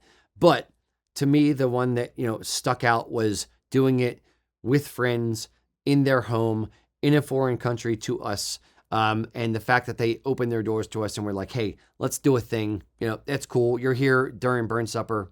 Let's do it and show you, Scottish hospitality. Yeah. So that's kind of the one that gets me in the feels. That's Erik. Cool. It's funny you mention it without kids, basically. Yeah. Yeah. So everything is better without kids. No, you see, that's the thing, because I find it ironic, because my favorite memory, and I think about it, is like it always been just kind of informal for fun kind of a thing. And then not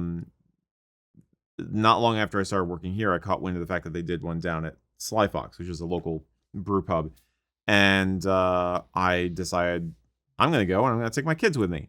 So that was the first time that they had actually heard Celtic music live. And it was also the first time that my son tried haggis. So that was fantastic. I really enjoyed seeing it through their eyes. The way kids just make things special that way. So it was just like, seeing my daughter like with the music, and my son stealing my food, that actually kind of made it memorable. It had nothing to do with the proceedings exactly, but that was cool. It was very, very low key. It's a bar kind of burn. I don't know about low key. It was pretty packed in there generally. Oh, but you know what I mean. As opposed to everyone's wearing a Prince Charlie kind of burn supper. Yeah, Celtic Spirit. Terry Algier. Yes. Is the Yes. Friend of ours. Yep. Nice guy. That was a good. Yeah, I've been to the Sly Fox one. I don't know if fun. I was at that particular one. That one you were not, but there were other ones that you had. Yeah. Now it's. I agree. It's fun, parentally speaking, to watch the kids start enjoying the stuff that you were into. So I will say, getting them involved younger, where they don't know any better. Where they're forced to enjoy the culture that you're putting in front of them. And maybe they don't understand exactly what's in haggis. Yeah, but it was perfect for them, because, I wouldn't take them to a formal supper. They'd be bored. Yeah. It might have been disruptive. It would have been less fun for me, but this was like perfect. How old were they when you brought them? Oh man, 10 and 7, I guess. Okay. So what we're saying is, if you have a 10-year-old, 7-year-old, take them to the bar. Get them exposed to bar culture early. Nah, it's not like a bar. It's a brew pub restaurant. I know. Come on. I know. You gotta wait till they're 12 to take them to a bar. Exactly. At least 12. Yeah. That's when they get their first shot. No, but it's in fairness, Sly Fox's brew pub is a cool little place, and it's an entire thing. Yeah. With the band there, with the food there, it's a whole experience. It is a people's burn supper. Yes. As opposed to a highfalutin burn supper. Yes. Both are good, but yeah. Indeed. Mac, anything? Not really. I mean, nope. Right. Moving along then. No, probably the one. Sly Fox. I've been to one or two of theirs, but the other one was, we've had them at War II events. Ooh. Where we've done it more of a. I didn't know that. Of a frontline type thing. I've only been with maybe one or two of those. So, it's just something a little different atmosphere. Wow. Completely with it. Burns night in a bunker. Mm-hmm. Yep. Wow. World War II or World War One? We've done it both, World War I and World War II. So we've done it when we used to have our events at 14 Town Gap before we weren't allowed to have anything there anymore. Yep, I remember you talking about that. They did it there too. So nice. That's cool. Mm-hmm. What did you use for the haggis? Was it canned haggis or the one we actually? You know what I mean? Was it like a ration? One haggis? Actually we had haggis, and then the other one was kind of a using your rations together to make it look like something. That's what I was imagining. It's like, we're going to call this haggis for tonight. It's actually this, this corned beef hash and this thing from over here. And don't ask what that is. But now I was picturing, that's cool. Canned haggis and using the little military, can opener type thing to go around it. Mm-hmm. Indeed. Mm-hmm. Were they issued haggis? No, I'm serious. That I don't know. Standard military issue haggis. No, it sounds like you would have special holiday foods if they could get it to you. Different things. I mean, like you get a little bit of, pudding for Christmas. Things like that. So I'm wondering if they ever issued I'm just haggis. thinking I would MRE haggis. It's just you put a little water in there, you pull a tab, and it heats up. That I would sounds imagine delicious.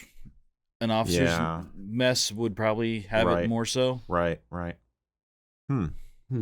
If you know out there about period rations and ethnic food mixed in with the rations, let us know. I just want to have I'm MRE really curious haggis about now. that. I want to go to an Army Navy store and get an MRE haggis. All right, Mac. All right, so we have Carl asking, if you could design a tartan for any individual, living or dead, who would you do, and what colors would you do? Oh my gosh. Living or dead? Living or dead. Design a tartan for anyone.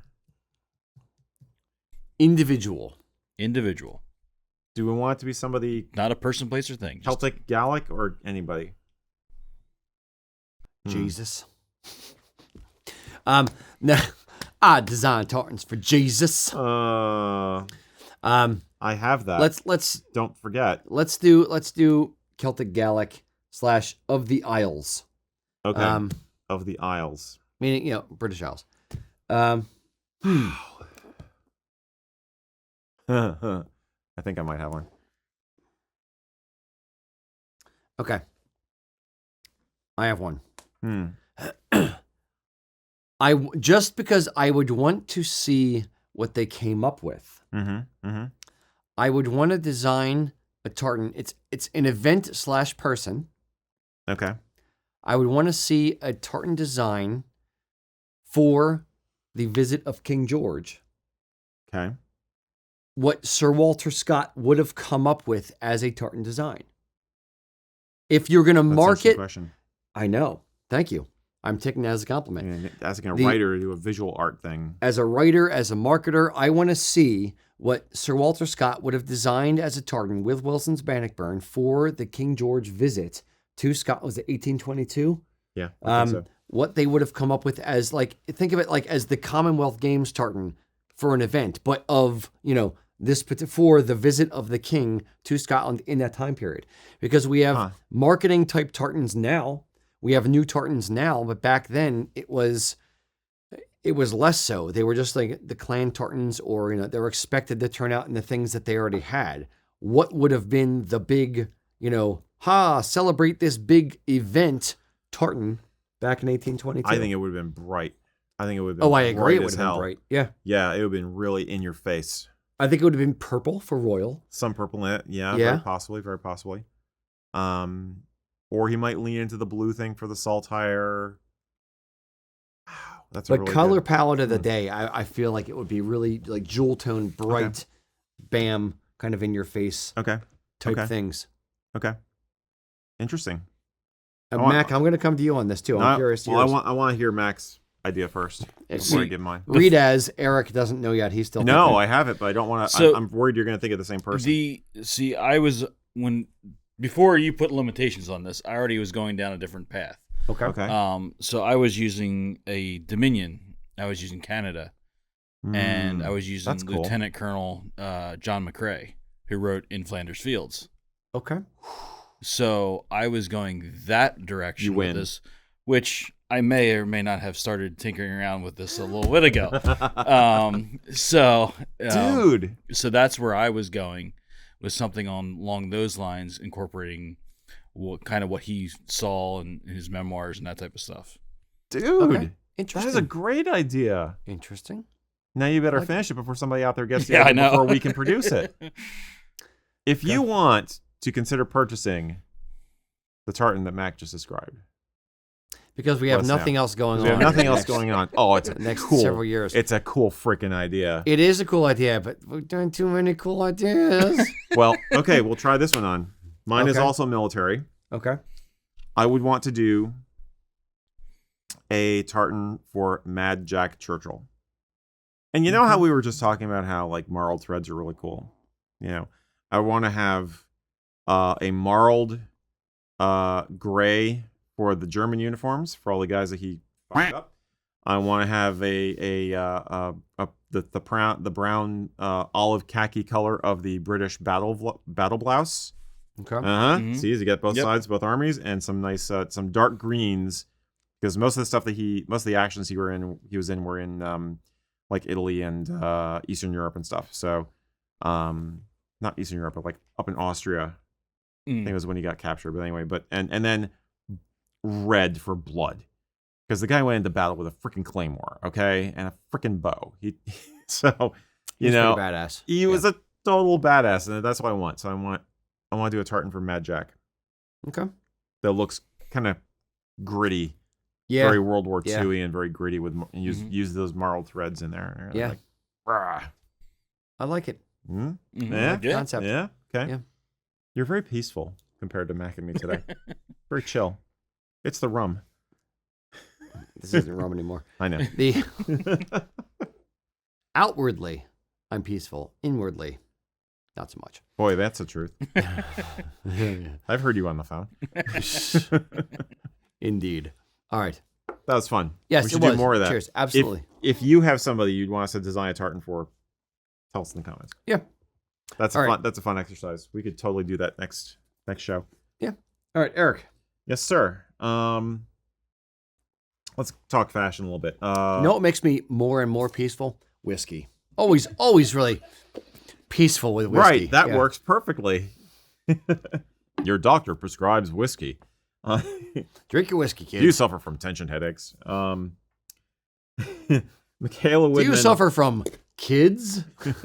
Drink whiskey. All right. Ask your doctor if whiskey is right for you. Spoiler alert, it is. Totally off the rails. That's our Easter egg, all that. Okay. Michaela Woodman asked, when wearing a necktie with a kilt, how far down should the tie come?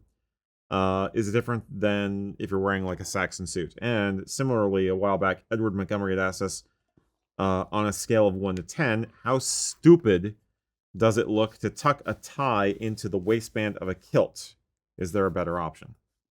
So, ties. Ties. What do we think about ties? What's the deal with neckties? What's the deal with neckties? A kilt is worn much higher than you wear your pants. It's obviously worn above your belly button. Yep. So a necktie needs to be done a little bit shorter to, in my estimation, to meet the top of the kilt. I don't like when, you don't want, especially if you're not wearing a vest, you don't want the necktie to kind of cover up the belt buckle. It would look a bit dumb. So when I tie a necktie for, wearing with the kilt, I will tie it a bit short. I'll start with a longer short end, than I normally would if I'm wearing pants, because it's worn higher. So, which will also, generally speaking, result in a slightly bigger knot. I want the top of my tie, when it's tied, to meet the top of the kilt. I don't want it to really go down beyond that. I want it to meet right about here. If I'm wearing a vest, I don't want it to show below the bottom, V, notch at the bottom of the vest. Right. And I don't want to have to tuck it in. That said, if I tie a tie and it's a little bit long, do you tuck it in to the back of the kilt? For me, no. Undo the tie and redo the freaking tie. Yes. If I'm wearing a vest Preach. and I'm in a hurry, then maybe tuck it in, but it's gonna come untucked. So I would rather just redo it and have it end a little bit shorter. Basically, as soon as you're done that, just pull off the knot and pull the short end down a little bit more. Short end for me is on this side, and then redo it. Boom, done. Yep. Erik. Yep. Oh, you basically said it, but to add some nuance for you, if I may, one of Pelham's maxims is that one should never rush at the hour of the toilet.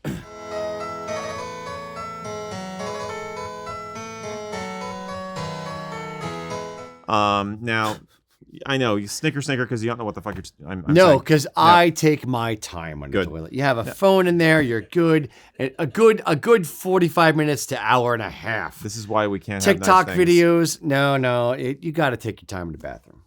It's peace. It's quiet. There's no kids. Before it meant your thunder bucket, Rocky. The term toilet or toilet thunder bucket referred to. You never heard that? No, referred I've to the never heard time when bucket. you're getting dressed and washing. Okay, you Philistine. You're the one who said thunder bucket. After I was forced to by you snickering and making the obvious 14-year-old joke. I said thunder bucket out of back of Erik's head. No, it's thunder on tape. Bucket. It's on video. It's on thunder bucket. So anyway, the rest of those people back there, by the way, all snickering and laughing right now. I give up. Forget. I'm not gonna make any more comments. Thunder bucket. Yes. I'm not gonna say anything. Day of the Word Boy. I'm out. I'm out. If this was Pee-wee's Playhouse. How do you like today's secret word? Ooh, I like thunder bucket. All right. You broke me with thunder bucket. You had me at thunder bucket, Erik. Yep. Go ahead. No, I don't want to now. Too late. You're on the show. I'm paying you. You're on the clock. I think that everything that Rocky Rager said is fantastic, and I have nothing more to add to this commentary on this topic. I agree. But I actually freaking do. So, nuance. All the BS aside, just tie your tie again. I don't care whether it's a kilt or a modern suit. If your tie is too long, you look like a freaking clown. You're making it a clown tie. Likewise, if it's too short. There's an art that takes patience to tying a tie. Now, what Rocky was saying about sometimes he'll wind up doing a thicker knot or result in a thicker knot. If he's doing the tie shorter, makes perfect sense, especially if you're using a traditional wool tie, which has been a very standard part of Highland dress for a long time now. You have to expect the knot to be a little thicker, and the tie in general is bulkier. So this is also why we sometimes recommend a spread collar shirt as opposed to a point collar. Now, the other thing is a tie is a useless accessory. I love them, but the tie is basically a cloth necklace. It doesn't serve any purpose with modern clothing. You don't need it to hold a cravat close or anything like that. So at least do it right. I think that, yes, grazing or just above the top of the kilt makes sense.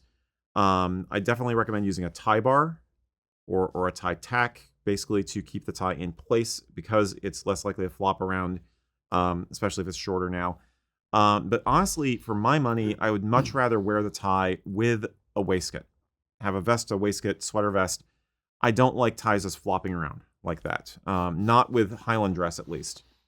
Yeah, I mean, seriously. Now, Saxon suits something else again, but for Highland dress, I really think a waistcoat makes sense, and then you get the color separation between the color of the tie and the tartan of the kilt, which just makes it look better, and it's more uniform, and you don't have to worry about looking like a slob. It just looks more together. It looks more traditional, and it's a nice pop of color and hides a multitude of sins, shall we say? So, I think waistcoats and ties are meant to go together, or sweaters. I'm going to add some. I agree 100%. I'm going to add some nuance to yours. One, when you're tying the tie shorter, as we were discussing, you feel like it's a clown tie because it's shorter than you ever worn a tie. Yes. You literally are like wearing it really, really short and wide, and it's just like, this looks weird. When you put on your vest, you're hiding it. It looks fine. You don't want it to peek out the bottom like peekaboo. You don't want that. So wearing the tie like a clown tie makes sense so that it doesn't look dumb later. But it doesn't have to be so short that it looks clownish. Even if you know how to do a couple different knot designs, you can take out the bulk gracefully and it's not going to be that bad. Yep. And Mac and I might be a little bit biased. I mean, I've worn pre-modern fashions. I have a number of ties from the 1930s and 40s. And so I'm used to shorter ties because the fashion back then was for a shorter tie. Yep.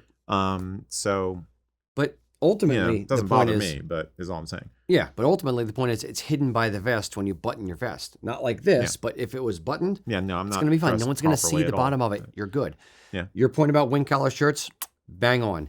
A pointed collar or a collar where it comes more like this doesn't look as good, but a wider spread collar will look great with a thicker knot. Yes. Which is, ultimately where you're going to go. That's the idea. Going to go with so it. Learn how to do a full Windsor tie. And you'll be good. Yeah. And the other, either Windsor or full Windsor or half Windsor, either of those is fine. Exactly. Just not less of a four in hand with a with four a in kilt. hand is the It's the easy one every kid learns. The point I will bring up about the tie bar is you thought of something and I'm like, yes, exactly. What I found was when I started wearing especially tweed vests, something that's a little bit scratchier fabric, not a soft like Barrilito or like a slick kind of surface. And especially when they have a lapel on it, the back of the vest has a little bit of tweed fabric there as well. So when you're wearing a necktie, the tweed lapels on the vest grab the necktie and it kind of like shifts off to the side a little bit. So I've taken to wearing a tie bar just below the bottom part, the V notch on the vest, where just below that, underneath the vest, you don't see it, but it's serving an actual function of holding the tie dead center on your body. Because I remember watching old videos of myself where I'm wearing a necktie with a tweed vest. And as you're moving around and kind of shifting and talking, use your arms like some of us do as we talk on camera. The necktie ends up like over here and it looks dumb. Yep. So if you wear a tie bar dead center, holds it right where it needs to be, it's God's gift to neckties with vests. Yeah. And the problem is worse with a traditional wool tie because you've got the nap of the vest, the nap of the wool on the vest catching the nap of the wool on the tie, and it's more likely to grab. Silk, it'll still do it. It's not quite as bad. But yeah. No. Hope that helps. Now, the clear answer to all this is just wear a bolo tie. Say there was people in the comments making bow ties and changing the bow tie fine, bolo tie. I don't always like a bow tie with a kilt. I think I don't like it. I never like a bolo tie with a kilt though. I know you have. I will throw up on myself. It's because you're an Eastern city boy. That's your problem. Yes, they call me old Rocky Eastern city boy. Rager. You're a dude. That's your problem. You're a dude. I'm a dude. You're a dude. I'm the dude. No. I don't drink White Russians. All right, Mac. Anyway. So. No, that's the dude. I know. That's what I said. There's only one. That's what I said. The dude. I'm the dude. So that's what you call me, So are we going to a question or do we want to go over the answers to your question? We'll go one more question, then we'll go over the question of the day. Okay. Answers. Yes.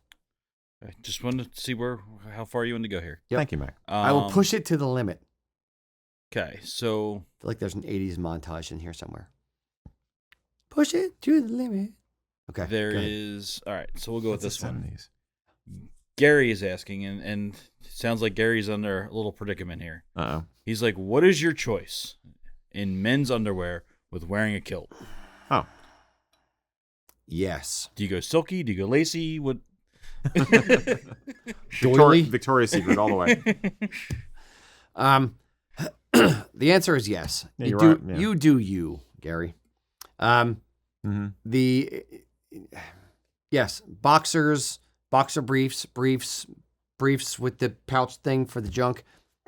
Whatever you want to do, have at it. Or nothing. Under a kilt, it is your domain. I am not treading into your domain. Sorry to disappoint.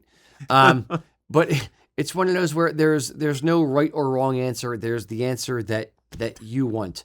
The only answer I would give is probably to your comment earlier, not lacy, not doily. You don't want, like little things like accidentally poking out the lace.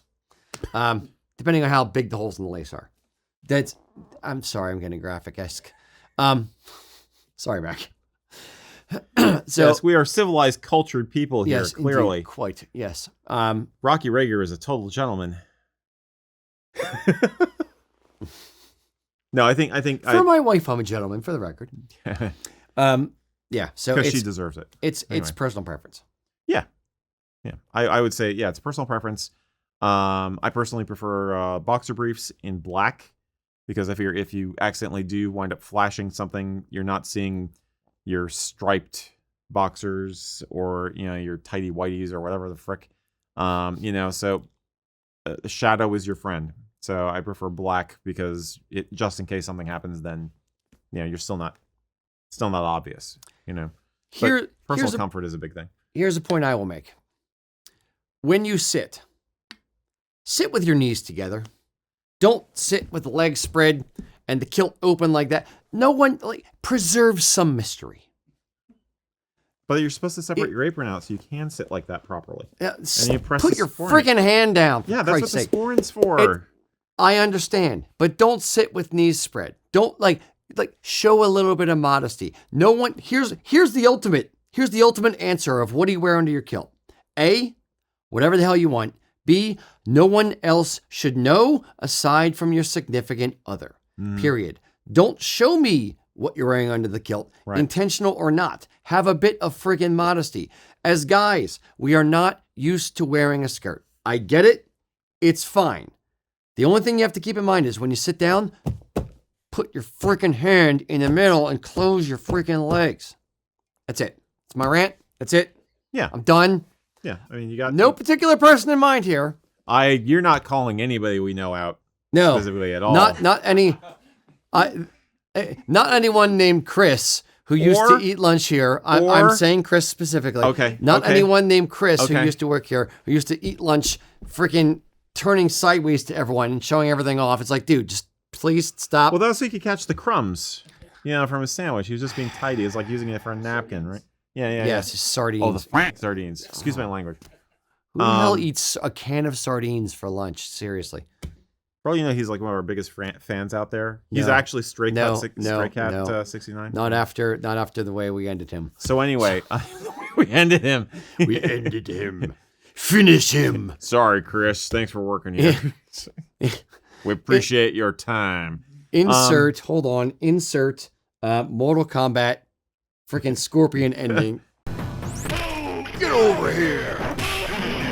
So yeah, to Rocky's point, you can separate the two layers of your apron a little bit, let the sporran fall down between your legs. There's what we've called in the past the delicate art of man spreading. It's like not too little, not too much, but there is a good there's a good zone where you can look together and graceful and not flash anybody. So and Erik's porridge was just right. Yes. Don't ask me where I keep my porridge.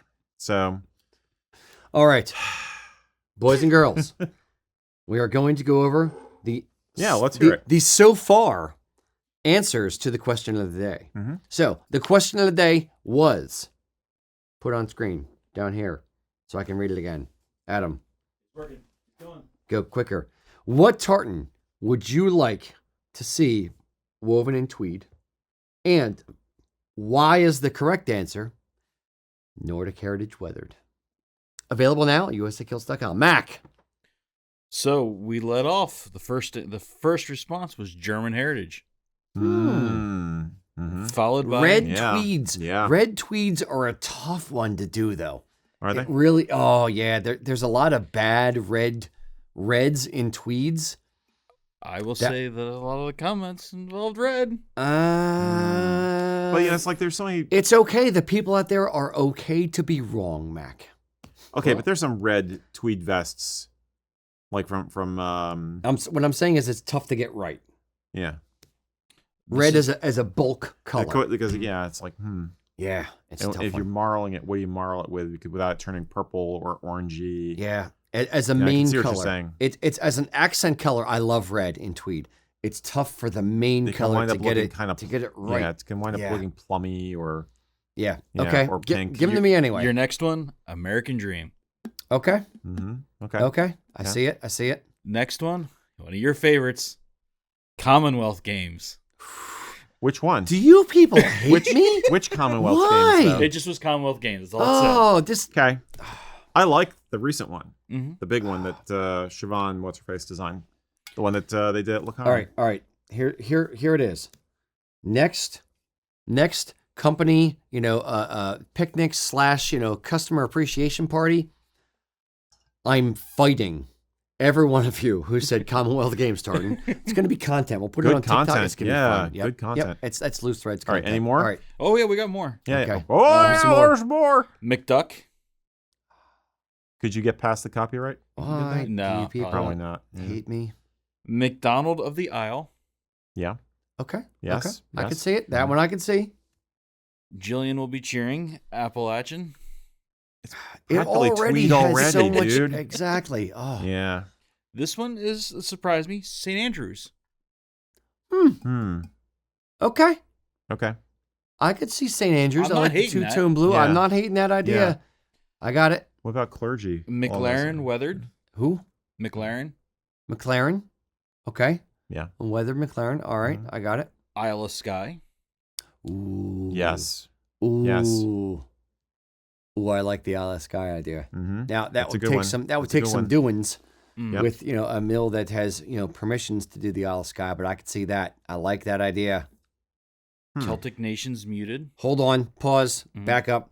Isle of Skye woven in Harris tweed on the Isle of Skye. Oh. Just adding a new level there. Oof. Wow. That's like the collector's edition there. Yeah. Layers upon layers upon layers. Yeah. That is the turducken. Mm-hmm. The turducken of tartan. Mac. Okay. So we had Celtic Nations muted was Okay. added in there. Okay. Aurelia. That's a very particular. They have a very particular set of skills for that particular green in Relia. But yes, I could see it. Okay. I think the guy who designed Aurelia passed away. No, I thought he passed away, which is why we did it. And then I found out he was alive because they said, "What the hell are you doing?" And I Okay, so the begged problem is don't forgiveness. stop asking for Aurelia as much as Yeah. I love it. Apparently he doesn't want Yes. anybody to have it again. So sorry. All right, keep loading. Macintosh hunting. Okay. McDonald of Sleet. Okay. Mm-hmm. And we have Weathered Kennedy just came in as well. Mm-hmm. Mm-hmm. Weather Kennedy, that pink Yep. is something. It's gonna be That's gonna be a pink. Would you consider Lindsay? It's got so much red. It's the same problem I as like know. American Dream and them. Is it's got finding the right red for a tweed. I is think you got tough. a mission. I think you've been given a mission for your sins. The first mission, should I choose to accept it, which I do, is Nordic Heritage Weathered Tweed. Available now at usakilts.com for a limited time.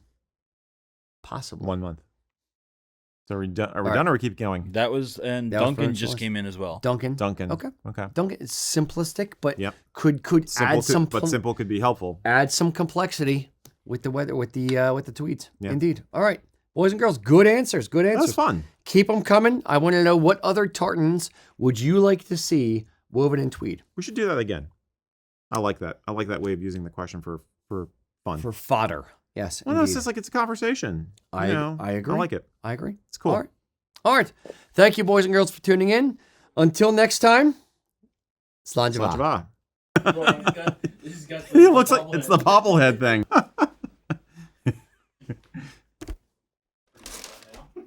That's why I'm doing it. You gotta play along. I'm doing a thumbnail image.